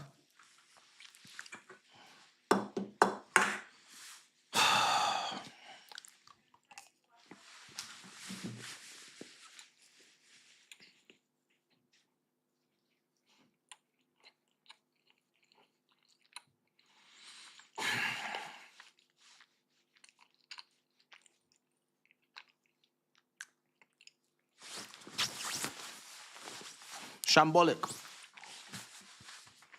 Here's Ganacho.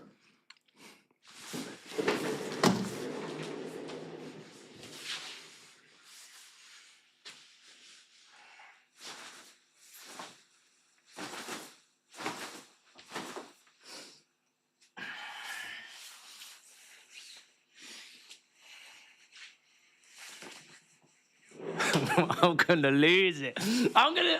Bro, I'm so glad I have the space to express myself. Because if I start speaking in this room, they're gonna ban me. I'm so glad I can express myself. If I speak,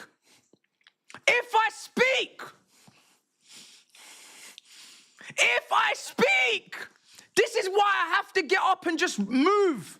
Just let off the steam. Because there's no way I can be in front of this mic, in front of thousands, when this guy's playing like this. It's like you're asking for me to get cancelled. I can't do it. I can't do it. You gotta get him off this pitch, or I'm coming off YouTube. It's one or the other. Either he's gotta go, or I'm going. Someone's leaving. Somebody's leaving tonight. It's either me or him. I don't give a shit. Because there's no way you got me watching this and I'm not allowed to say shit. There's no way. There's no way. There's no way. Man United, who have you sent to us? Who is this man that you've sent to us for money? Man, I'm talking about this is a really good buying point. What are you, Wolf of Wall Street? Stock trader. Man, I'm talking, this is a really good buying point for Garnacho. I would do it again. Fuck off. Dickheads. Man, I'm talking about this is a good buying point. Like they're doing crypto exchange. ADA. ADA is at a really good buying point right now. I think I might put a little bit in there. What are we doing? What are we doing? The Tesla stocks, it's dropped a bit. Good buying point. What are we doing? It's football. It's the same sport we've been watching for 10 years plus. What are we doing, chat? Talking about buying points. He's either good or he's not. You either buy him or you don't. And I've been saying this. If you're not prepared to pay a lot of money for a player that is going to be starting, then you shouldn't be paying for them. Don't be buying them just because it's an opportunity and it's a good buying point. What the hell does that even mean? You're going to have to watch him. You're going to have to watch him on the pitch play football every week. What are you talking about buying point? You either want to buy him or you don't. If you wouldn't pay this for him, don't pay for him. Because that tells me he's not good enough.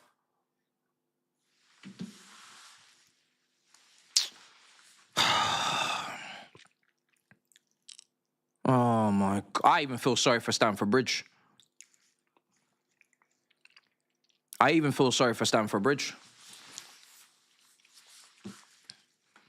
The way these men are playing, we might have to get the racetrack back. I'll be honest. We might have to get the racetrack back because this version of Stamford Bridge ain't seen this shit before out wide. We might have to get the racetrack. Well, I might have to get the racetrack back. It's all going. I actually want halftime because halftime means that this ends. Like this stops at halftime. We get a break. I need halftime. I don't need a goal. I need halftime. I need rest. I need a break.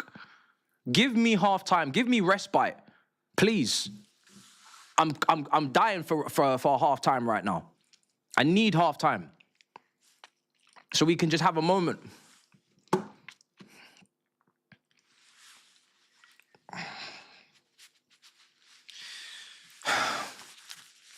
It's hot. Oh, Shirley. This is a Hall of Shame performance. This is a Hall of Shame performance.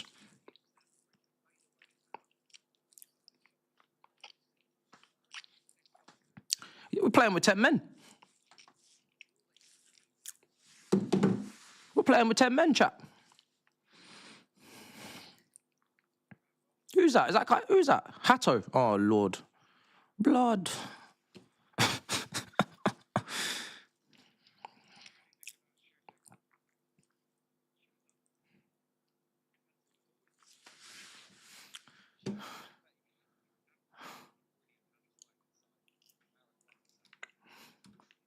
We'll go through the super chats at half time. Oh my God, there's quite a fair few. There's quite a fair few of them. Bowen, corner. Headed away. Cleared. Yeah, boo, man. Boo as loud as you can. Let them hear your boos as they leave this pitch. A lot of them shouldn't even come back onto it, I'll be honest. Take your boots off, shin pads, shower, shit, off home, pack up. Shouldn't be coming back. Shouldn't be coming back on. It's an absolutely disgraceful first half. And I must say, I don't think quite, I mean, there's a lot of them that are playing poorly. Quite a lot of them.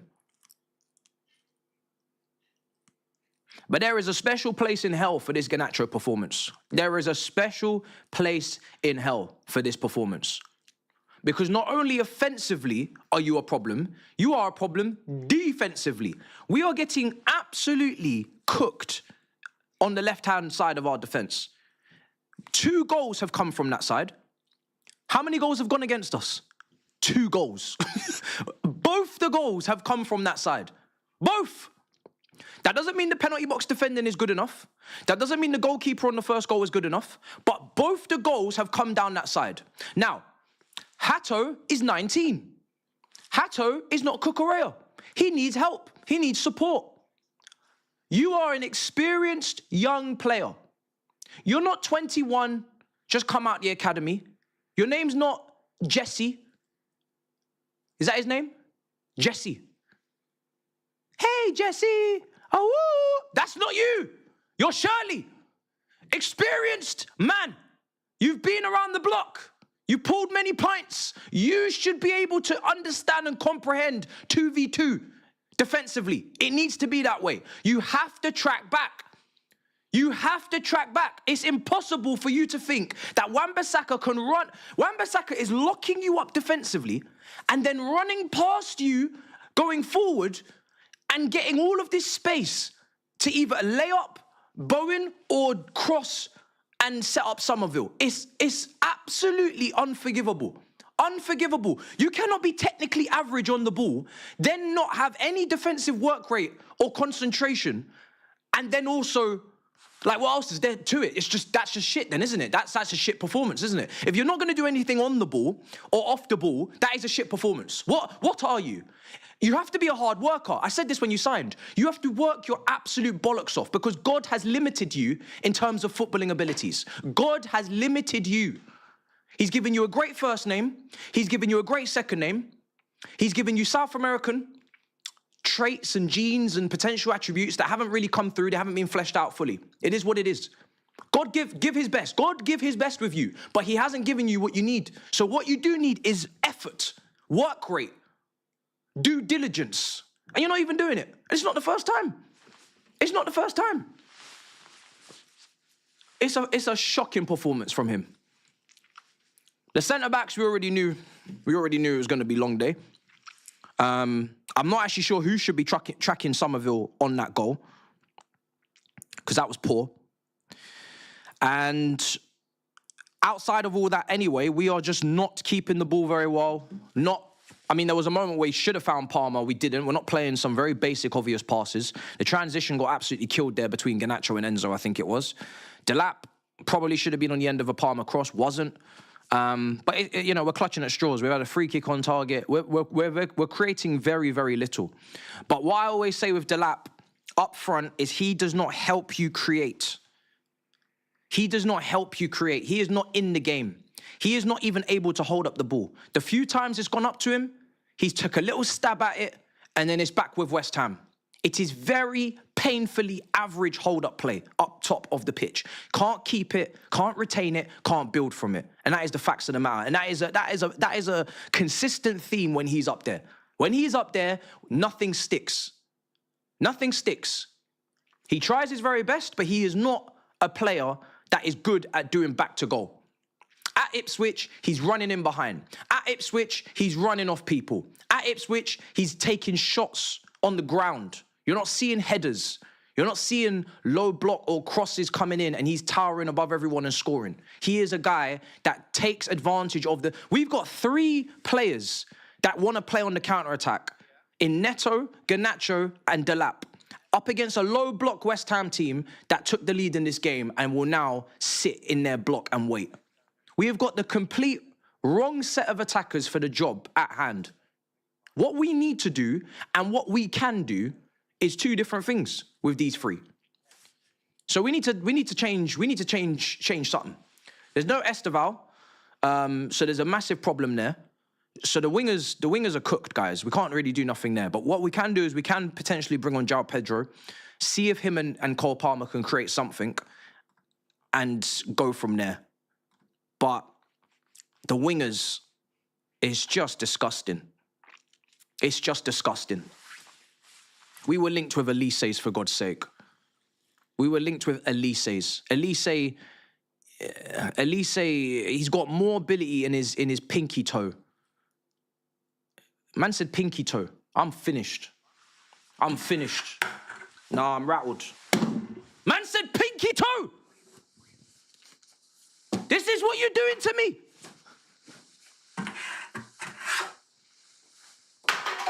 We're cooked.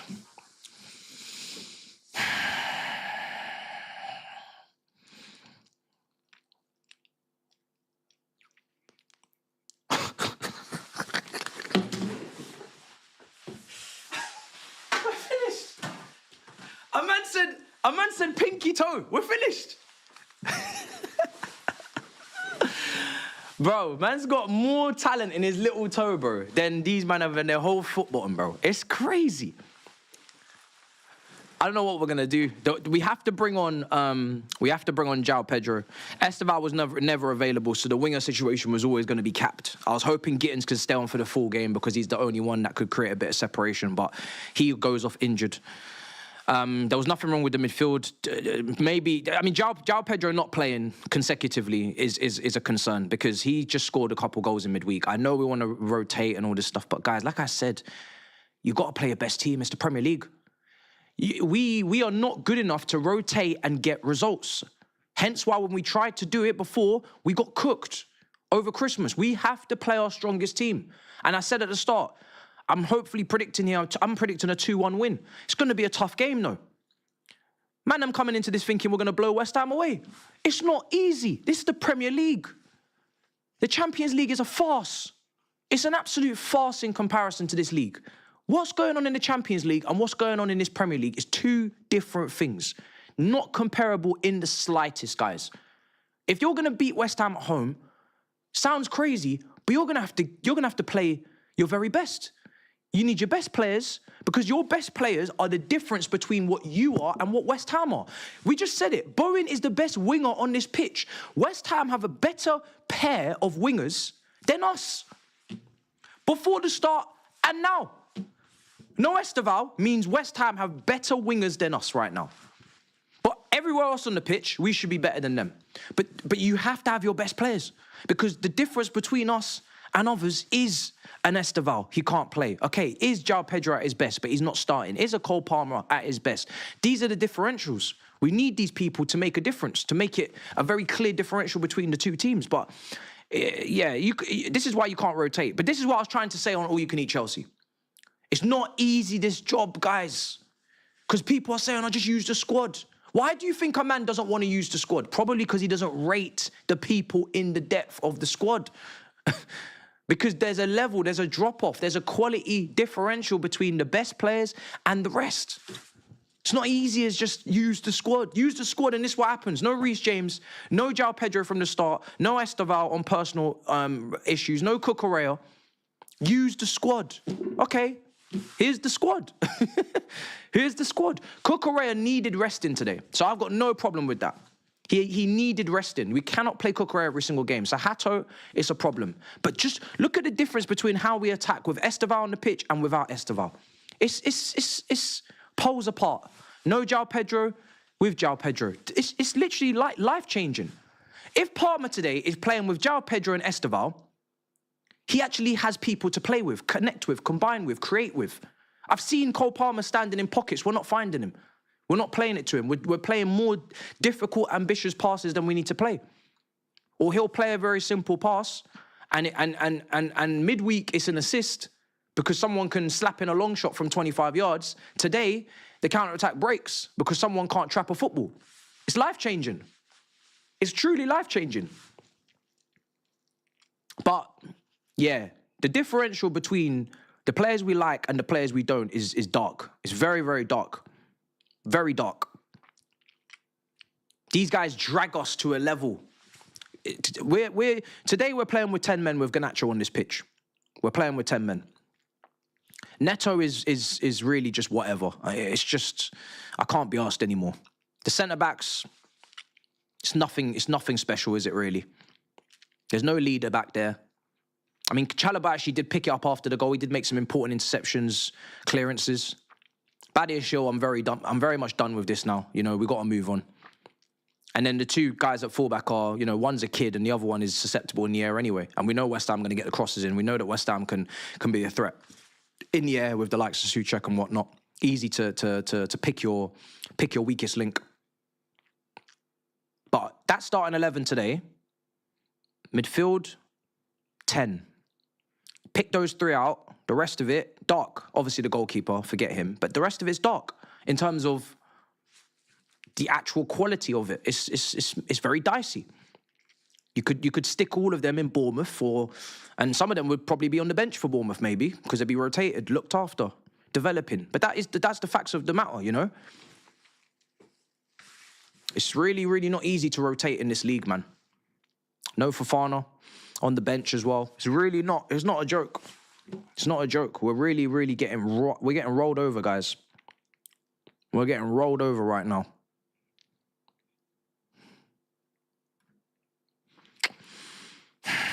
There was a few comments on the Napoli watch-along. I wasn't happy with the first half. They said I need to be more positive in the watch-alongs, so I need to take a moment right now to change my perspective. Because I'm too negative in the watch-alongs as well, I've clocked. So, everything's going to be okay. We're going to win the game. Just sit tight. Give it a minute. Everything's going to be all right, man. Just sit tight. Bowen is having a game. Sit tight, man. We got something for them in the second half. Fuck.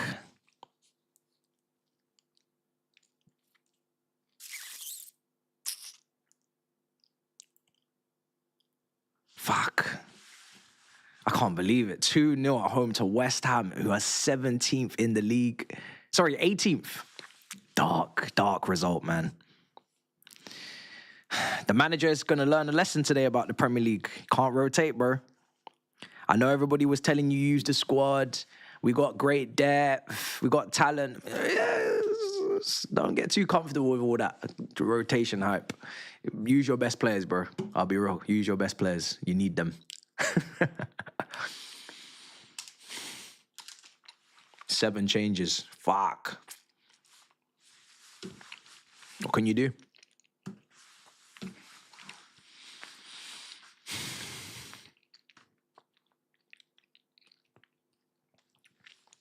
Fofana's coming on. We're bringing on a centre-back. We're 2-0 down. It's a bit late for all this. It's a bit late for the clean sheet.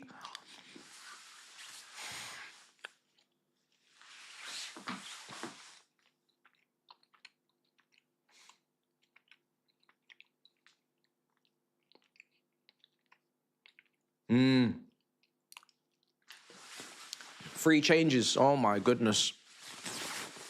Cucurella can't even get a night's rest. Oh my days, we're bringing out all the big guns. Cucurella's coming on. Fofana's coming on. João Pedro's coming on. Please tell me Garnacho's coming off. Yes!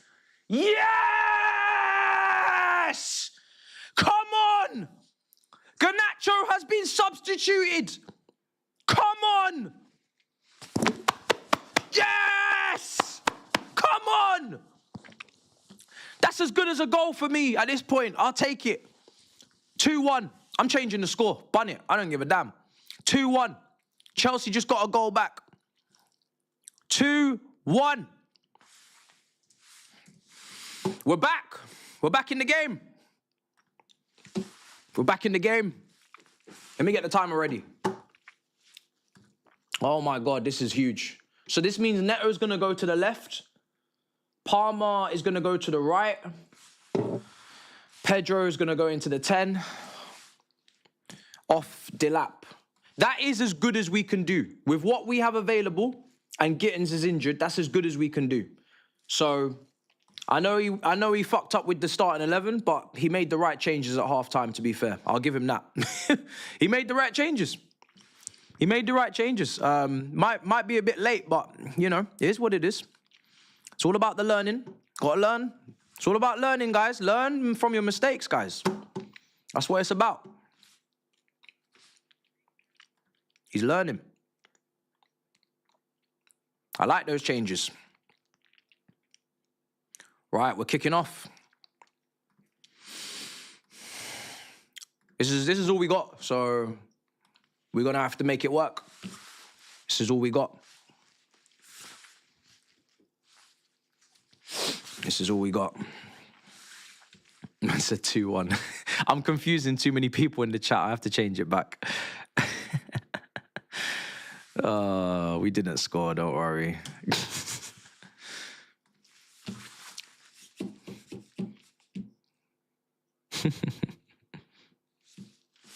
Timer should be up. Should be all good now.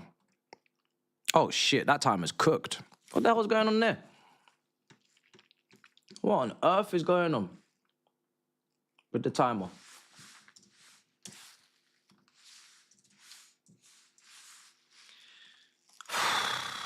Ross. Garnacho hooked on 45. There is hope.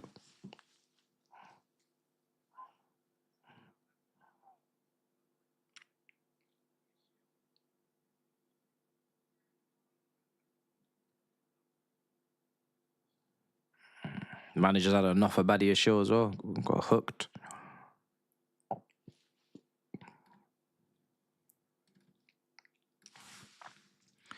Broski got hooked as well.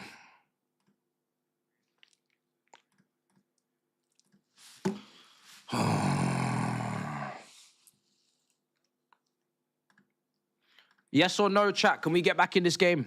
And when I say get back in, I mean, can we win this game? Actually, no. Can we just get a result? Does anybody think we can get a result today? Time is up. Time is up. Can we get a result, guys? Can we get a point, a draw, a win? Yes or no? Shit. It's a lot of no's.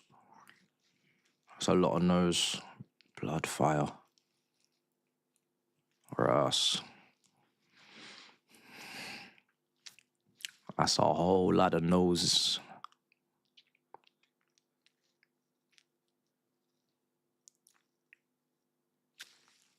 Goddamn.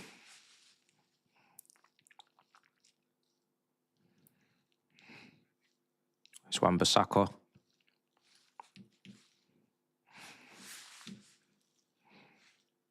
Oh, Fernandez, nearly 3-0. I need to go through super chats as well. I crashed out so much I forgot. I'm cooked. Karma for you clowns twerking for Man United. Says War Eagle. Voice of, I think, Reason says, this lineup will be the death of me. Tomorrow someone will tell me that Palmer had a bad game. I'm telling you now. Cater says, I ask more from Nzonzi and Eze all the time. Why can't Wes and Trev just play together, or Josh? Yeah, Josh. Yeah. I don't know, man. Quick sign jacket, he will save you. I know. You are right. We need Jamie Gittins so he can run into people. Listen, I didn't want us to sign Jamie Gittins. I'm just trying to make sense of the bullshit. If there's no Esteval, it has to be Gittins plus another player. It can't be Neto and Garnacho in the same team. That's all I know. It can't be. I didn't say Gittins was going to save us, but that's just what we have. I'm only talking about what we have.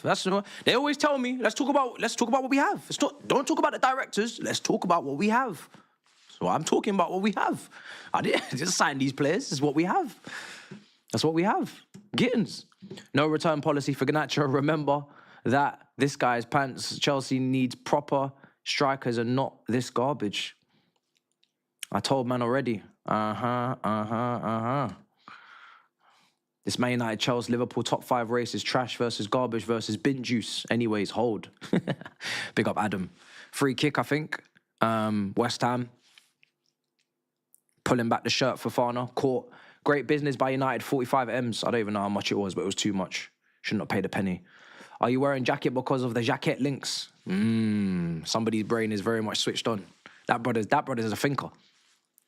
Ghana is absolute arse. Dilap, Baddy. Oh my God, I can't. Yeah. Free kick for West Ham. Fernandes is going to take it. At this point, anything can happen today, man. It's dark. Look at this ref cam. I don't need to see up João Pedro's nostril. That's not the kind of extra... Oh, my God.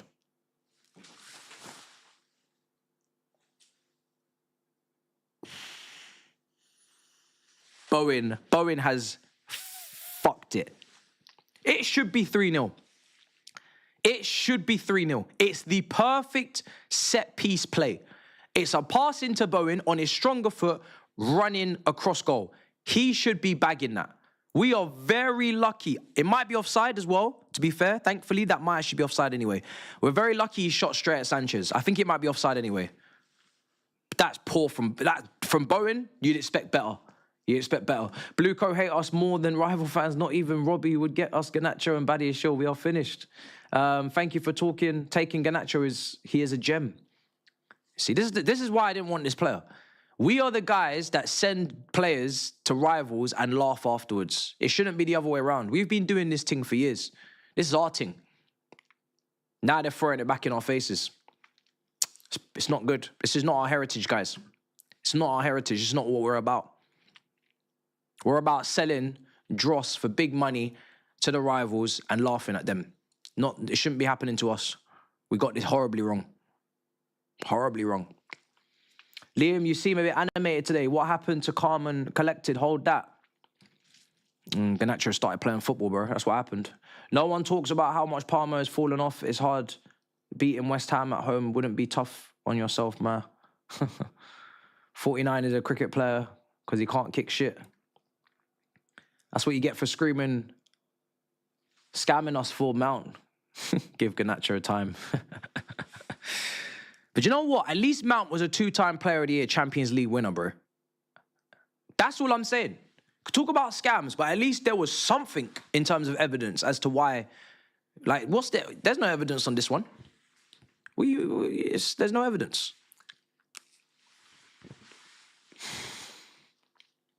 This loss is on Liam. Dreadful lineup. Disgusting. No returns. We learned our lesson on Sancho.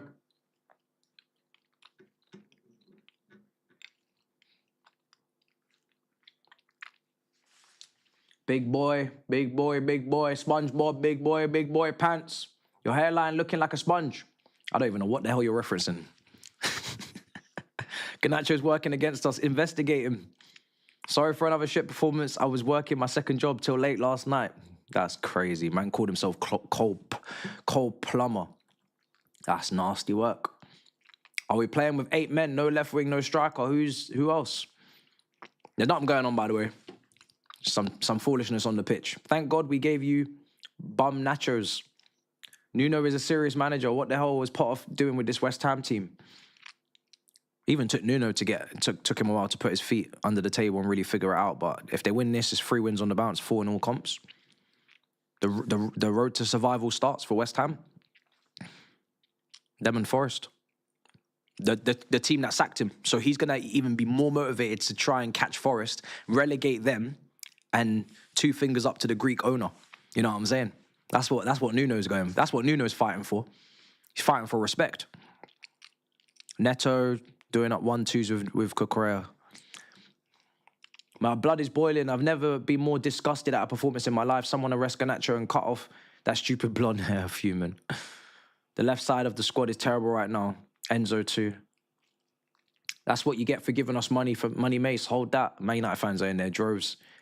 Whoever thought Garnacho was a good signing needs to be sacked today.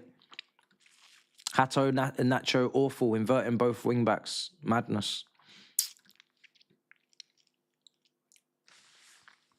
Yeah, Gusto inverting. Could he have not been the overlapper on the wing? Oh, I don't know, man. I don't know anymore.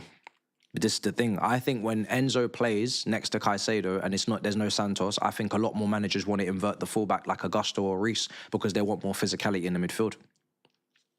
This is what I'm thinking is part of the problem. They don't trust that pivot defensively, so they start throwing fullbacks in there for more mobility. I don't know. Zach. Players are just playing, bro. There's nothing going on. How many managers will it take to realise that Delap's profile does not work for this team? He lacks dynamism, cannot dribble or drift wide, not clinical. Racino with more novice mistakes. Yeah, I don't. This is why when we were losing in Naples, and they were saying, some people were saying, oh, let's just bring Delap on. I said, to do what? To do what? Do you know what I'm saying? To do what? Cucurella. Delap wide. That's poor. Gotta get more on that, man. Gotta hit the target. It's a good run, but you gotta do something with that. We're 2-0 down.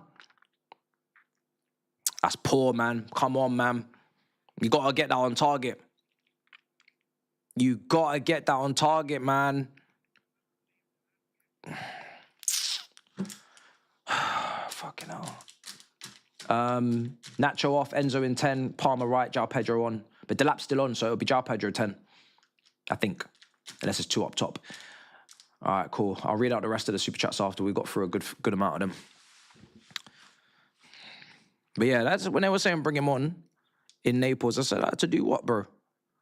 At least I know João Pedro can strike the ball. I've not even seen really Delap take any shots for Chelsea. And you know, like in terms of shooting, you just don't see Delap shooting. You don't really get to see him shooting too often. He's just up there, being busy. We're not seeing enough goals.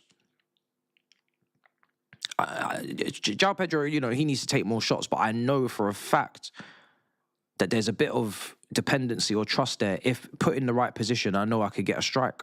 Whereas Delap, I've never seen a striker at Chelsea just doesn't seem to have any shots on goal or any headers, like just nothing. He's just up there, just doing rough and tumble and just what, I don't know. Here's Wesley Fofana ball in. João Pedro. Yes! Come on, João Pedro! Come on! Come on! Come on, bro! 2-1. Should have started the game. Should have started the game. Got to carry on the momentum. The form. Should have started the damn game. Best players got to play. Great cross from Fofana. Good header from João Pedro, man. It's not easy. He's just got to nod it straight back across. That's what we want to see, man. Well done. Come on, João Pedro, man. It's the only person that could... And there's 2 guys off the bench that have linked up for the goal.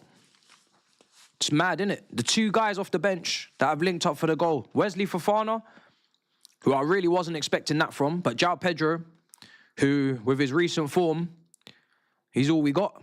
He's all we got. We got to hope for it from him. Let's see if we can get that quick second now, man. Fuck. Go on, João Pedro. Come on.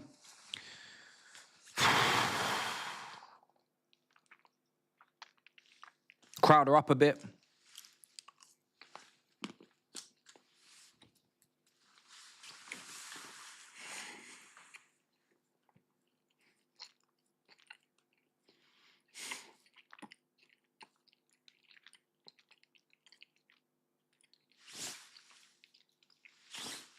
You need to hurry up, man.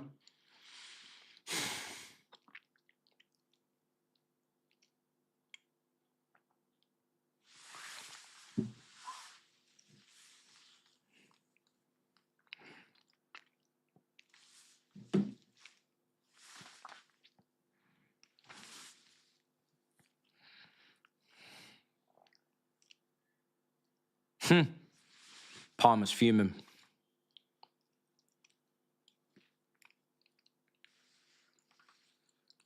Okay, Delap. It's not strong enough, man. Delap, for as aggressive as Delap is, yeah, he is not strong enough. He's not strong enough. He very rarely wins his 50-50s, man. It's not even like he's, and I'm not even really surprised because he's very young. He's probably not even filled out yet, but he's just not very strong. He loses those 50-50s very often. It's not even like he's a battering ram, and you could be like, rah, if you get the ball into a space, 50-50, he's gonna really slap man in their jaw and just take over. Let me see this here. Go on. Lost. Palmer. Oh, poor Palmer, man. The pass. The pass is poor. Come on, guys. We need to hurry up. We need to win the game.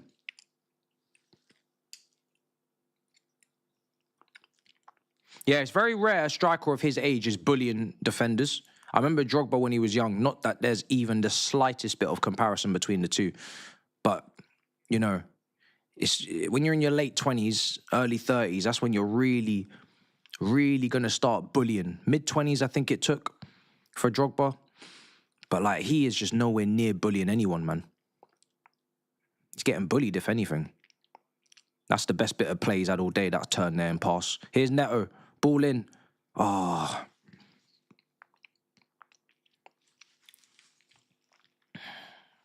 Corner. We need to hurry up. Let's go. Yeah, young Rooney. I mean, yeah, there are exceptions, of course. There are exceptions. But, yeah, he ain't physically there. For the role that he's trying to do, it's not there. Ball in.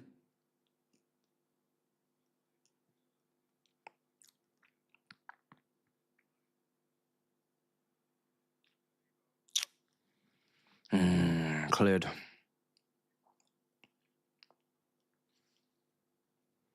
Got half an hour to get 2 goals.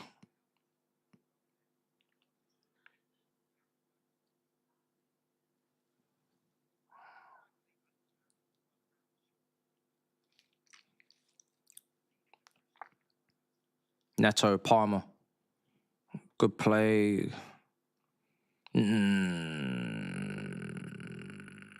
He fucked up. He should have let it go on. He blew too early, man. Gusto. Oh, cleared. Then again, I don't know if Neto's necessarily hitting the net with that shooting opportunity. Could be going well, could be going pear-shaped. But he blew too early.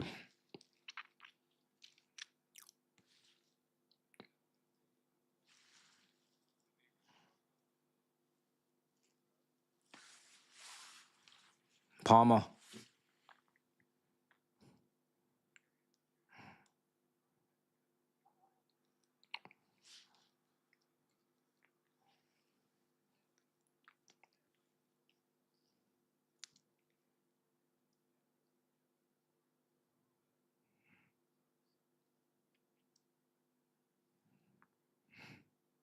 Gusto.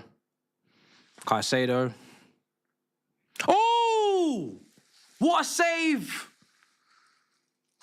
What a save! Caicedo going for the top corner, man. What a save that was. Would have been an absolute rocket. Palmer.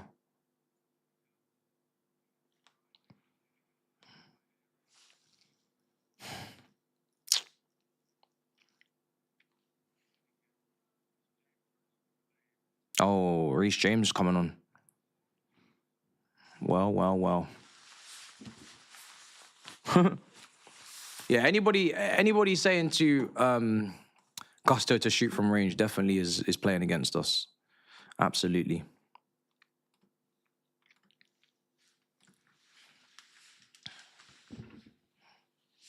You don't want what's best for us.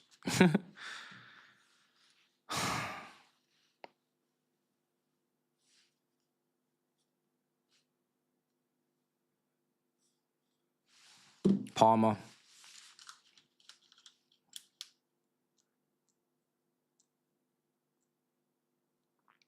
Ball in.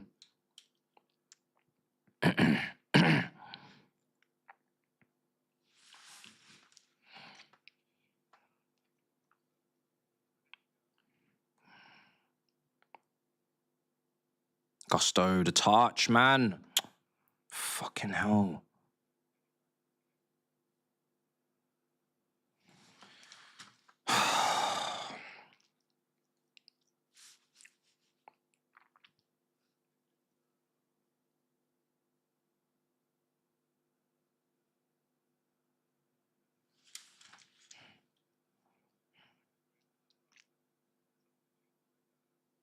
Oh, Neto.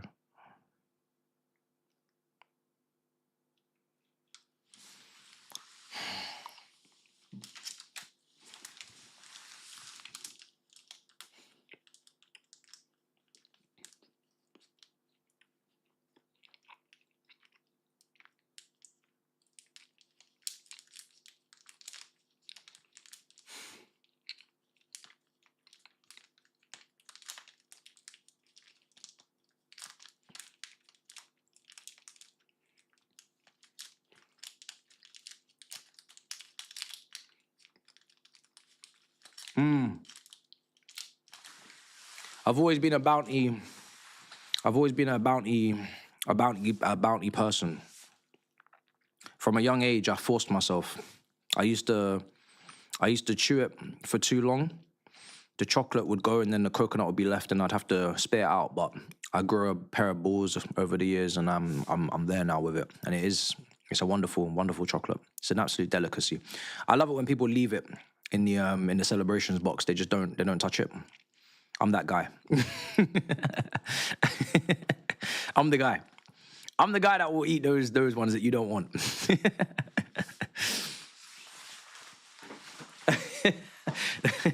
The reject pile. Oh, dear.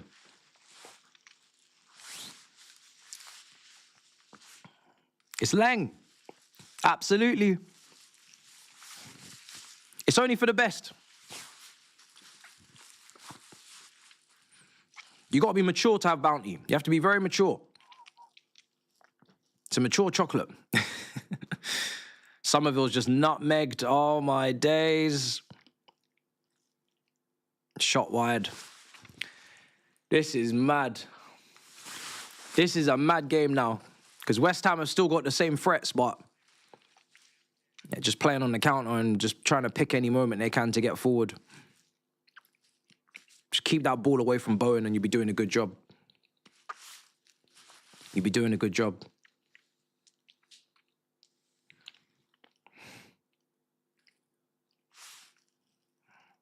No, Bounty is a real cult.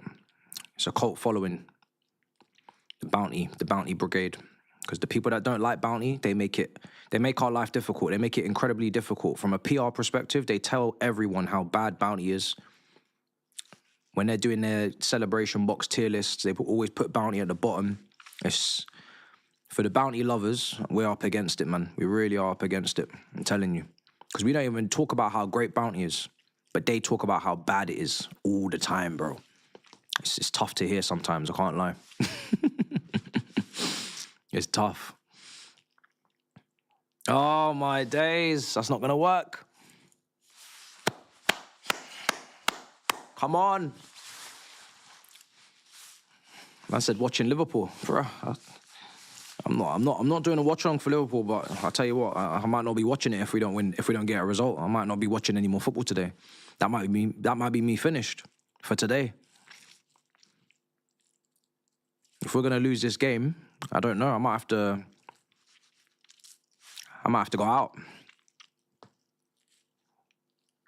See what Central London is saying, because, boy,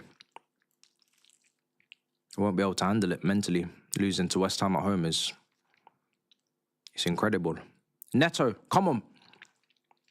Give me a good delivery, please. Gusto. Yeah! Cucurella! He drinks Astea, he's paella! Cucurella! Doo-doo! The boys off the bench are the boys that we can trust. The boys off the bench, the players that we rate, they are the ones that we can look to in the time of need. It's a decent delivery. I mean, it is for Gusto, headed back across off the bar by the defender, and Cucurella put in his head where some won't even put their bloody boot to make it 2-2. That is what you call commitment, anticipation, understanding of what is going on around you and getting in the mixer. There's many that won't be there. That chance doesn't happen for them, gets cleared, but he's always ready to pounce. 2-2. 2-2. People are talking about VAR. Might be off. Oh, sugar. Don't ruin it. Don't ruin a good time. Don't ruin a good time.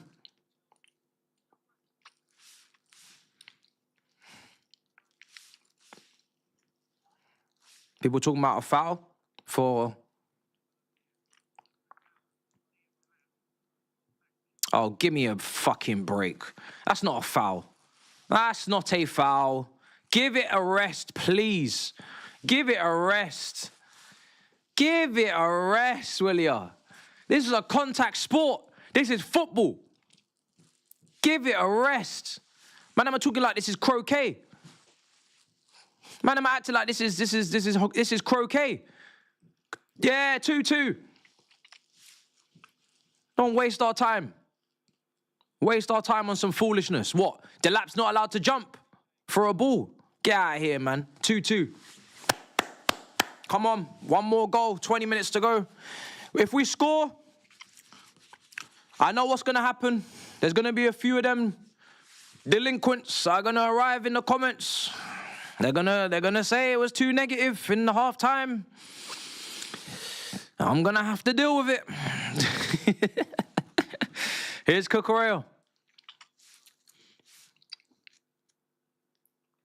Please, man. Neto. Neto. Oh. Come on, come on. We need to win. Come on, Chelsea. This is mad, man. Look at all this drama. A home to West Ham providing all of this drama. This is the Premier League, guys. This is the Premier League. You cannot rest. You cannot rotate. It's every day is a scrap. Every day is a battle. Life or death. Every Premier League game. So when we're looking at this run, remember this fixture. Even if we win it, Wolves, Leeds, don't take any of these teams lightly. This is what it is. It's dark. Every game is a struggle. It's a fight for your life. You cannot rest. You cannot rotate. Unfortunately, it's just we don't have the capacity. We don't have the capacity. Because these guys have come off the bench and saved us. They've saved us. I really, truly don't believe we're back in this without those subs. We really needed those subs, man. Needed those players to come on.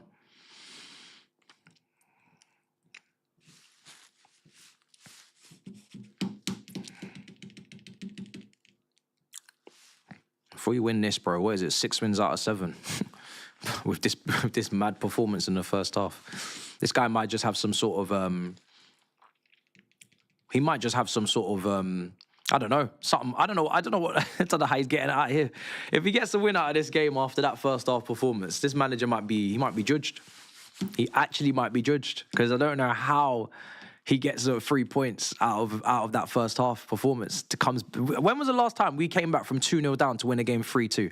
If he gets 3 points out of here, he's judged.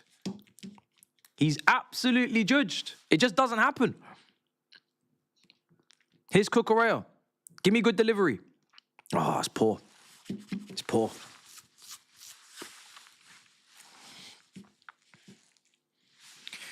"15 minutes to go, man. We've got to get this last goal.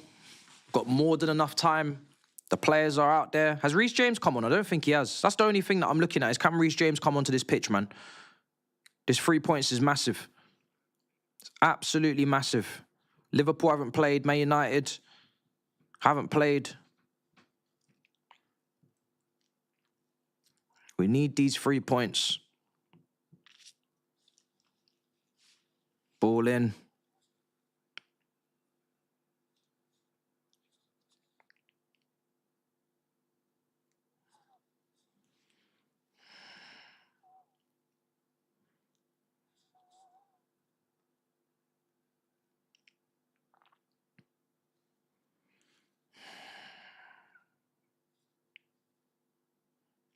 Come on, man.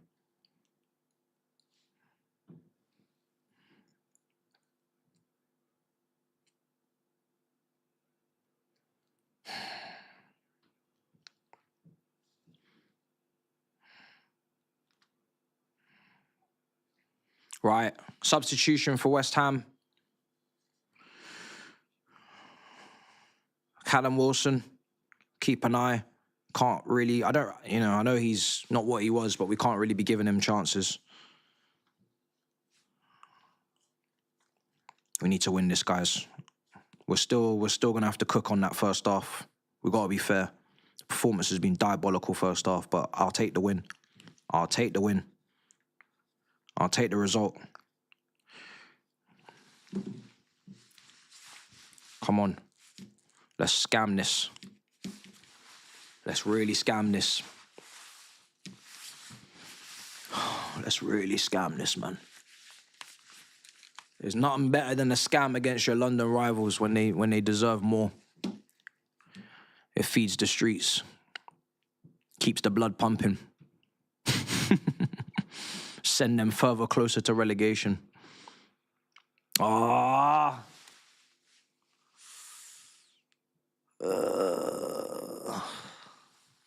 Come on. Come on, let's do this.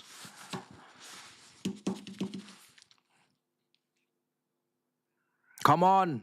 Where's Reece James? Yo, manager, gaffer. Can I get Reece on this pitch? Would that be all right? Neto. Oh! Oh. Gaffer. Can I get Reece on for Gusto, please? One more substitution if you don't mind, sir. One more sub. Please, Gaffer. One more sub. Oh, Toby tried to ring me an hour ago. Okay, is that what you're on? Bookmarked, noted, documented. Is that what kind of violence you're on, boss, yeah? Okay, Toby. I didn't see your phone call. Okay. Okay, Toby. I didn't know that's what type of violence it was. Okay. Documented. Documented, brother. Wow, that's what he was trying to do. Interesting. Yeah, okay, cool. Don't let us get this winner. Don't let us get this winner. Palmer, please. I need you to do something for me, please, sir. Gusto.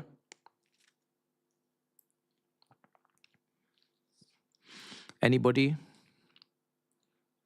Please. Somebody.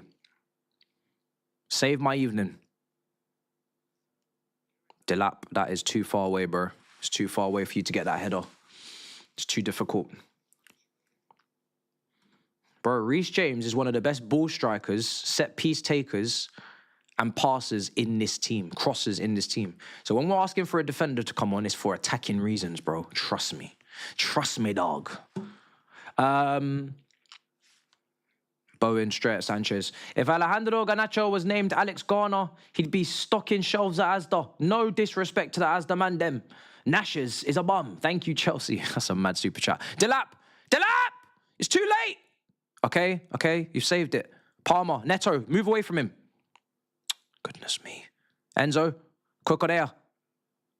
Oh. Big up Matisse, Man United fan here. I don't get why your ownership hasn't seen your squad is short. You lot need weekly protests. You're never going to get weekly protests in any team. Ball in. Oh. So many shit individuals representing our Chelsea. Says number J.O. I love Garner when he was with us, but he needs to understand that Ronaldo is not just attitude, hairstyle, and persona. Shameful. What a waste of a player. CFC rolled out the red carpet for Garnacho. Gaffer, please explain this performance. I will in the review. Don't worry. What do you can believe? Which group of rival fans is your favorite and which is the worst? I don't really have a group. I don't like to pick favorites. It's like picking between siblings. I don't have favorites. I don't have favorites. All I know is that we're all in the same household, which is the Premier League. We're here every year. And you lot are jarring. you lot are annoying. That's all it is, really. You know what I mean? I don't have any favorites. My favorite is the one that I don't care about, which is Man City. You know what I'm saying? I do not give a damn. The rest of you, I care. Man City, I do not give a damn. Man City could win the quadruple. As long as my team weren't involved and they didn't dunk on our head top in the process, I don't give a damn. If they stole something off me that I believe was rightfully mine, like a Champions League final or FA Cup final, now we got problems. But if I was never in the race and we were doing up nonsense, then it is what it is. It's not ours. Delap should play hockey because when you aren't scoring or assisting, they tell you just fight, just to hit someone. That's a crazy super chat, bro. Yeah, that's true though. They do scrap in hockey. They do be fighting a lot, man. Delap would actually love that though. Let's keep it a buck. If this was hockey, Delap would be having a field day. Because them fights there, yeah, they go off. Here's Reece James. Don't worry, we just made a couple tweaks to the mic, so it might be a bit more powerful than usual. So that's why the ASMR is moving mad. But we'll get that tweak for the next one. Would you rather sign in Mbeumo but have United get Esteval? Whoa. Relax. You're doing too much. No one's taking Esteval away from us, yeah? Relax. I like Mbeumo, and I'll take Mbeumo at Chelsea every day of the week. You tell me we got a front line of João Pedro and Mbeumo and Esteval and Palmer. It's a lot closer to making me happy instead of Delap and João and Garnacho. But yeah, I'm not giving away Esteval. Top 4 is must or you sacked. Also the board. Make sure you rotate the team every week, even though your top 4 rivals won't. Holy handicap. That's a great super chat. Wise man begging to bring a defender on. Oh, I explained it, yeah. 8 minutes left, chat. 8 minutes left.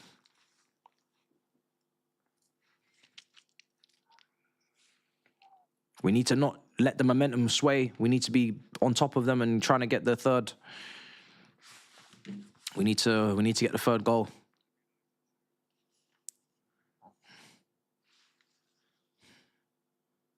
A point is nothing to me, bro. I'm only here for the W's, bro. We need a win. I'm not here for these draws. I said this months ago. We need these wins. We have the opportunity to go third today, is it? Third? It's not even about the position, it's about the points. We need to go, 2 points clear United, 40 points. I just want them 40 points. I remember saying that years ago. Just give me the 40 points. Give me the 40 points. Say, it's dark. Them days were dark. I used to be begging for 40 points. Oh, my days. That was a dark season. Begging for 40 points. Oh, my. We're 2 points off it. Win today and I got my 40 points.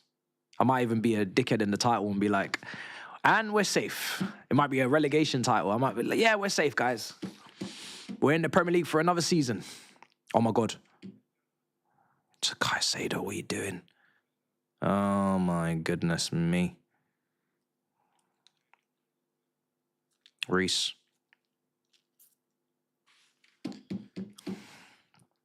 Bro, they're bopping it now. What's going on? Excuse me. Hello? Hello, guys. Job's not finished. We're getting bopped.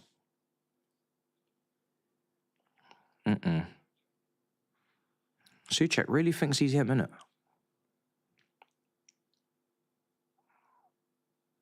What's going on for the Czech Republic these days? They're going to the World Cup or what? Somerville. Oh, my blood. Good tackle, Caicedo. Well done. Oh, he's lost it. Oh, my God, he's lashed out. He's lashed out. Where's my yellow card?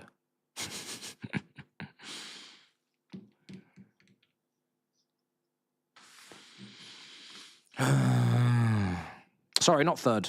Man said third. We go fourth. Sorry. I forgot all about Aston Villa.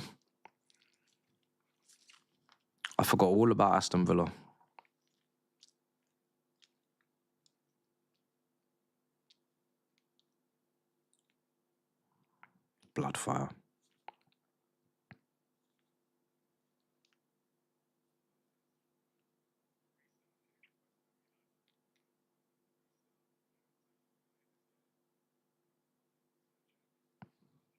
Oh! What a save! We nearly conceded. Oh, my heavens. We caught life.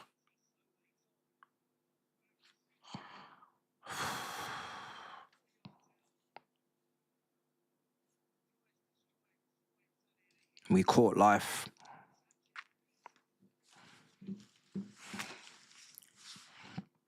Imagine that went in. Wow. Are we going to get last-minute limbs? Are we going to replicate the scoreline from midweek? Are we going to get to kick this can down the road another game?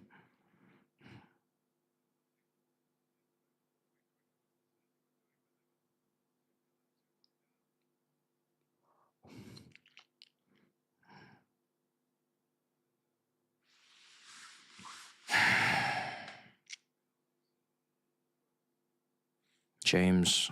Oh. James, the pass. The pass is too heavy, James. 4 minutes of injury time.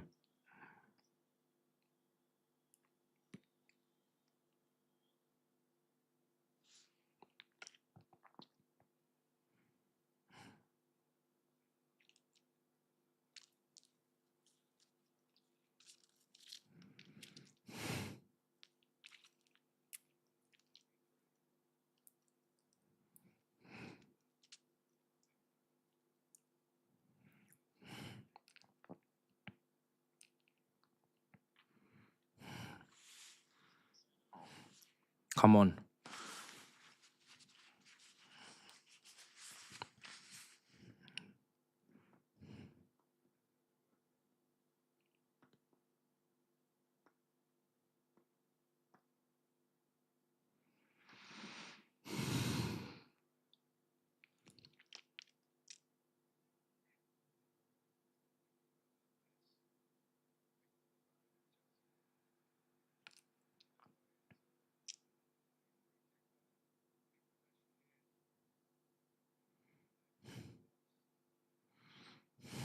Come on.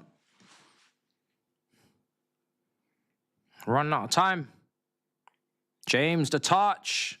The touch and the passing and the... Come on. You're moving like Gusto right now.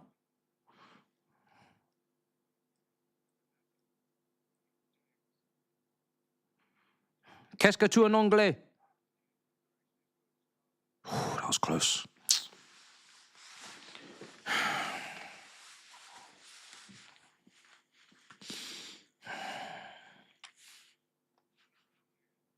Man said shoot. Are these men playing against us? James.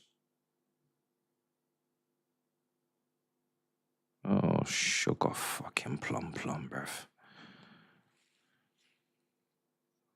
That cross from Fofana was... It was something.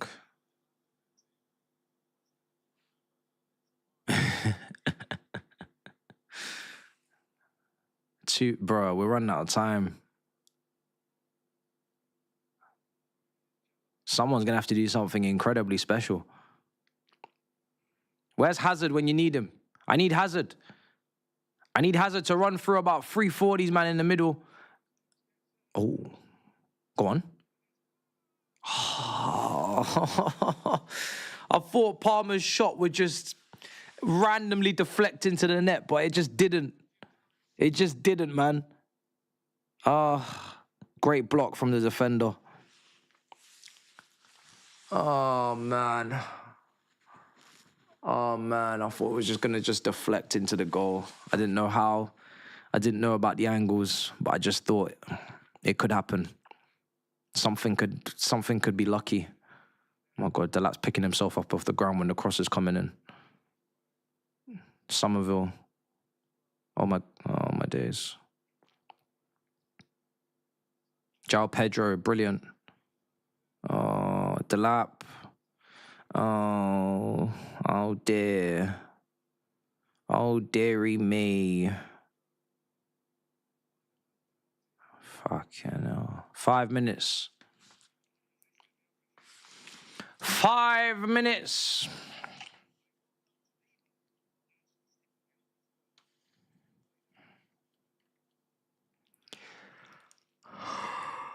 This is not looking good, bruv.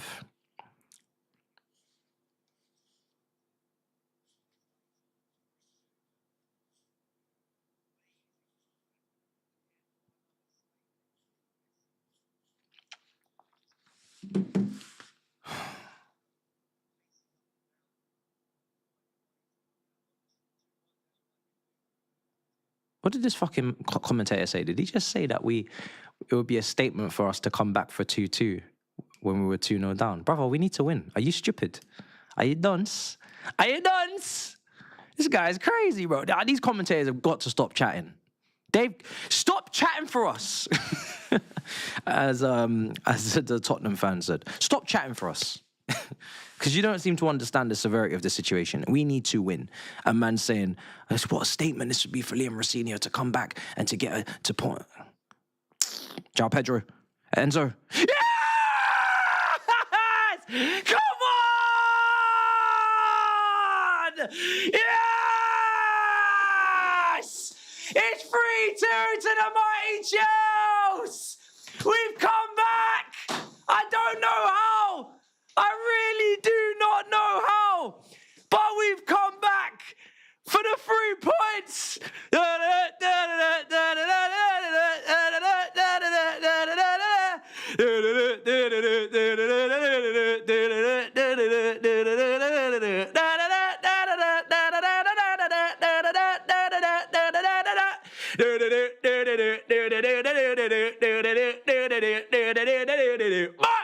Are you mad? How are we getting away with this? I feel so dirty. I feel like I need to have a shower. I don't feel clean. This is robbery. This is robbery. We are filth. This is dirt. This is foul. This is uncleanly. João Pedro assist and goal off the bench. That is my super sub. Finish from Enzo Fernandez, looking for the fresh new contract. Toby was typing in the chat. He had agendas cooking. You got to delete them now, bitch. You got to delete. The players we rate have risen. There's not a single player that has risen that we do not rate.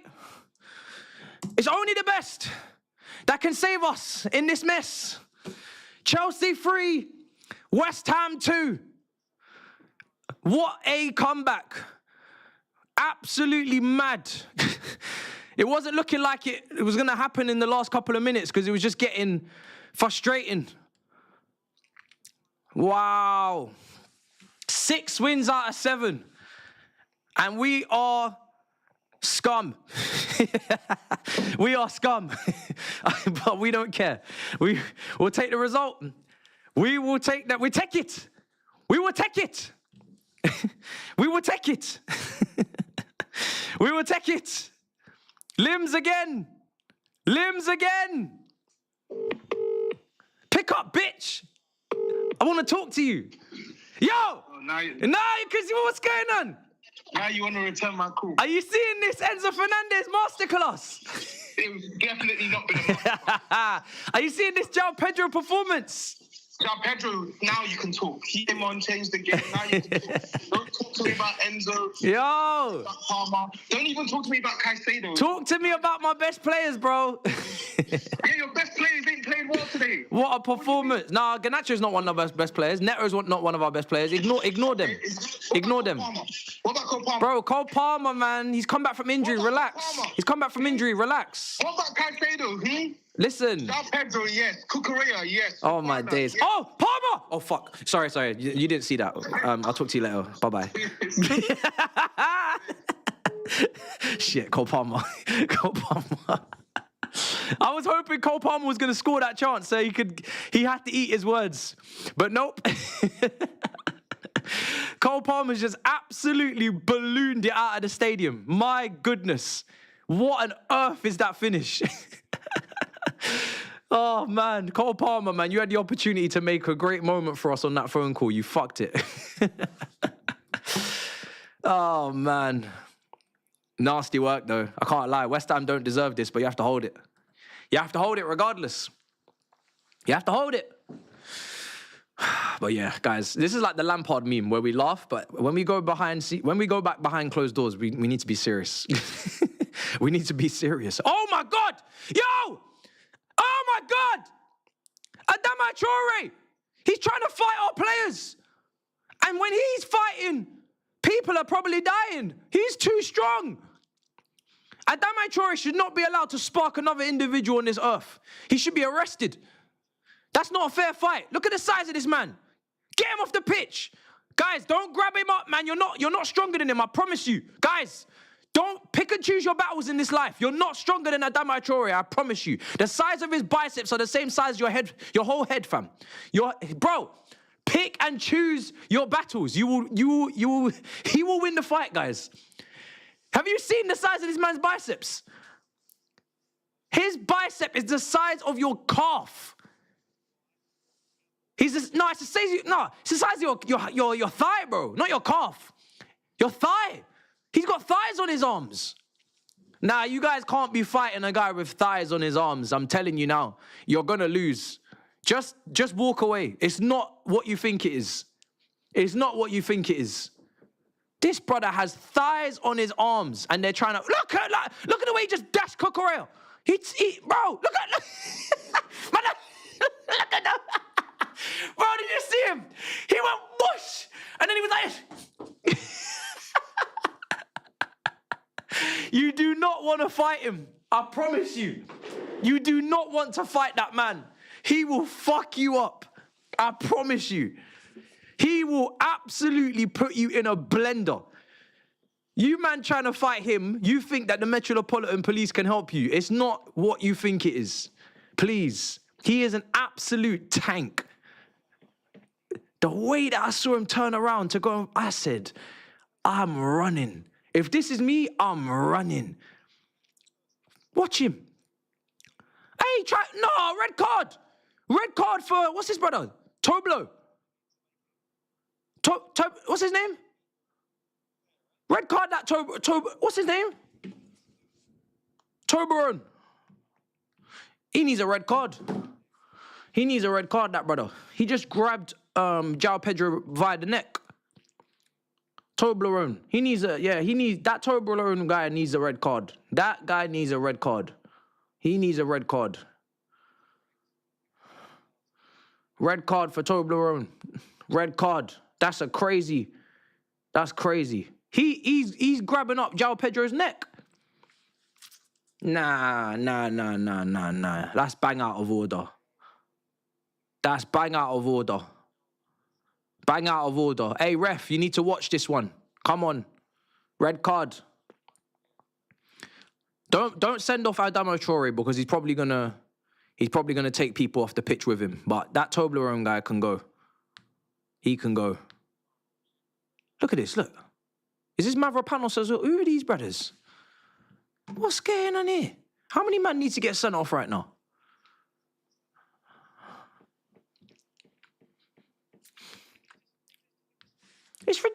ridiculous. Exactly.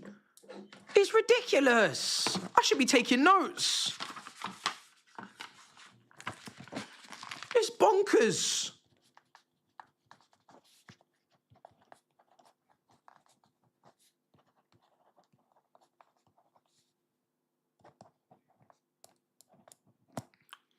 It's red cards. It's red cards galore.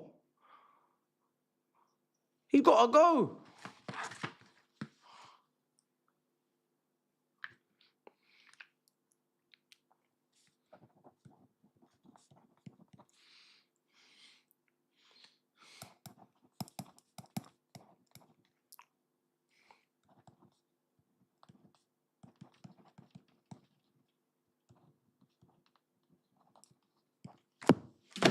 I want him gone. I want him gone. Send him off. Trying to grab up my Brazilian.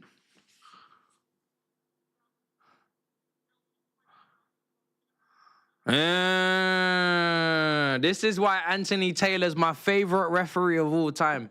I've been saying this. Anthony Taylor is a certified referee, verified certified referee. This guy is the creme de la creme. Send him to the World Cup. This is what we pay for. This is what we pay for.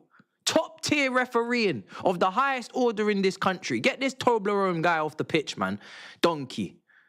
Missed that massive chance as well to put your team 3-2 up, and then you're grabbing up Brazilians by the neck. Where do you think you are? Even that in itself sounds wild. You can't be doing that. Get out of here, man. I got a full-time whistle, man. Get me out of here. Yes! Yes! 6 wins from 7! It's 6 wins from 7! This is what we do! Nerd gang! Glasses gang! We keep moving! We keep winning! We don't know what we're doing in this job. We don't know how we got here, but we can't stop winning. Man, then will ask if it's fair and square. If it was planned, coordinated. No. But it must be documented. We're doing our job. We're doing our job. That's what it's about. Winning football matches. Not here to do it the right way. There's a lot of haters. They're not going to be happy. And I understand your frustrations. But you're going to have to save them to the next game. Because we win today. Again, another win. Another win. Wow. We are scum. We are scum. Wow, man. How do we do it? We are a nasty bunch.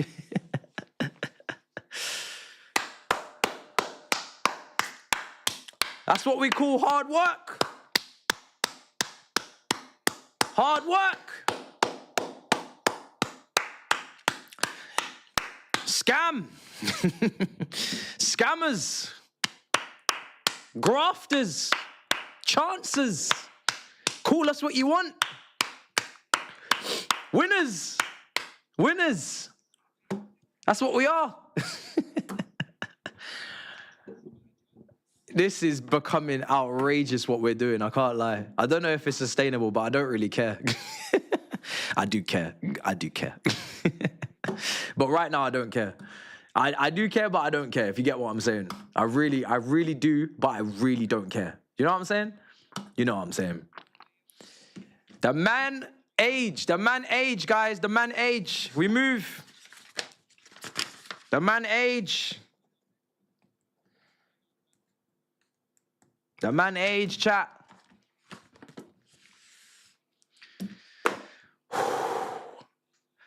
On to the next.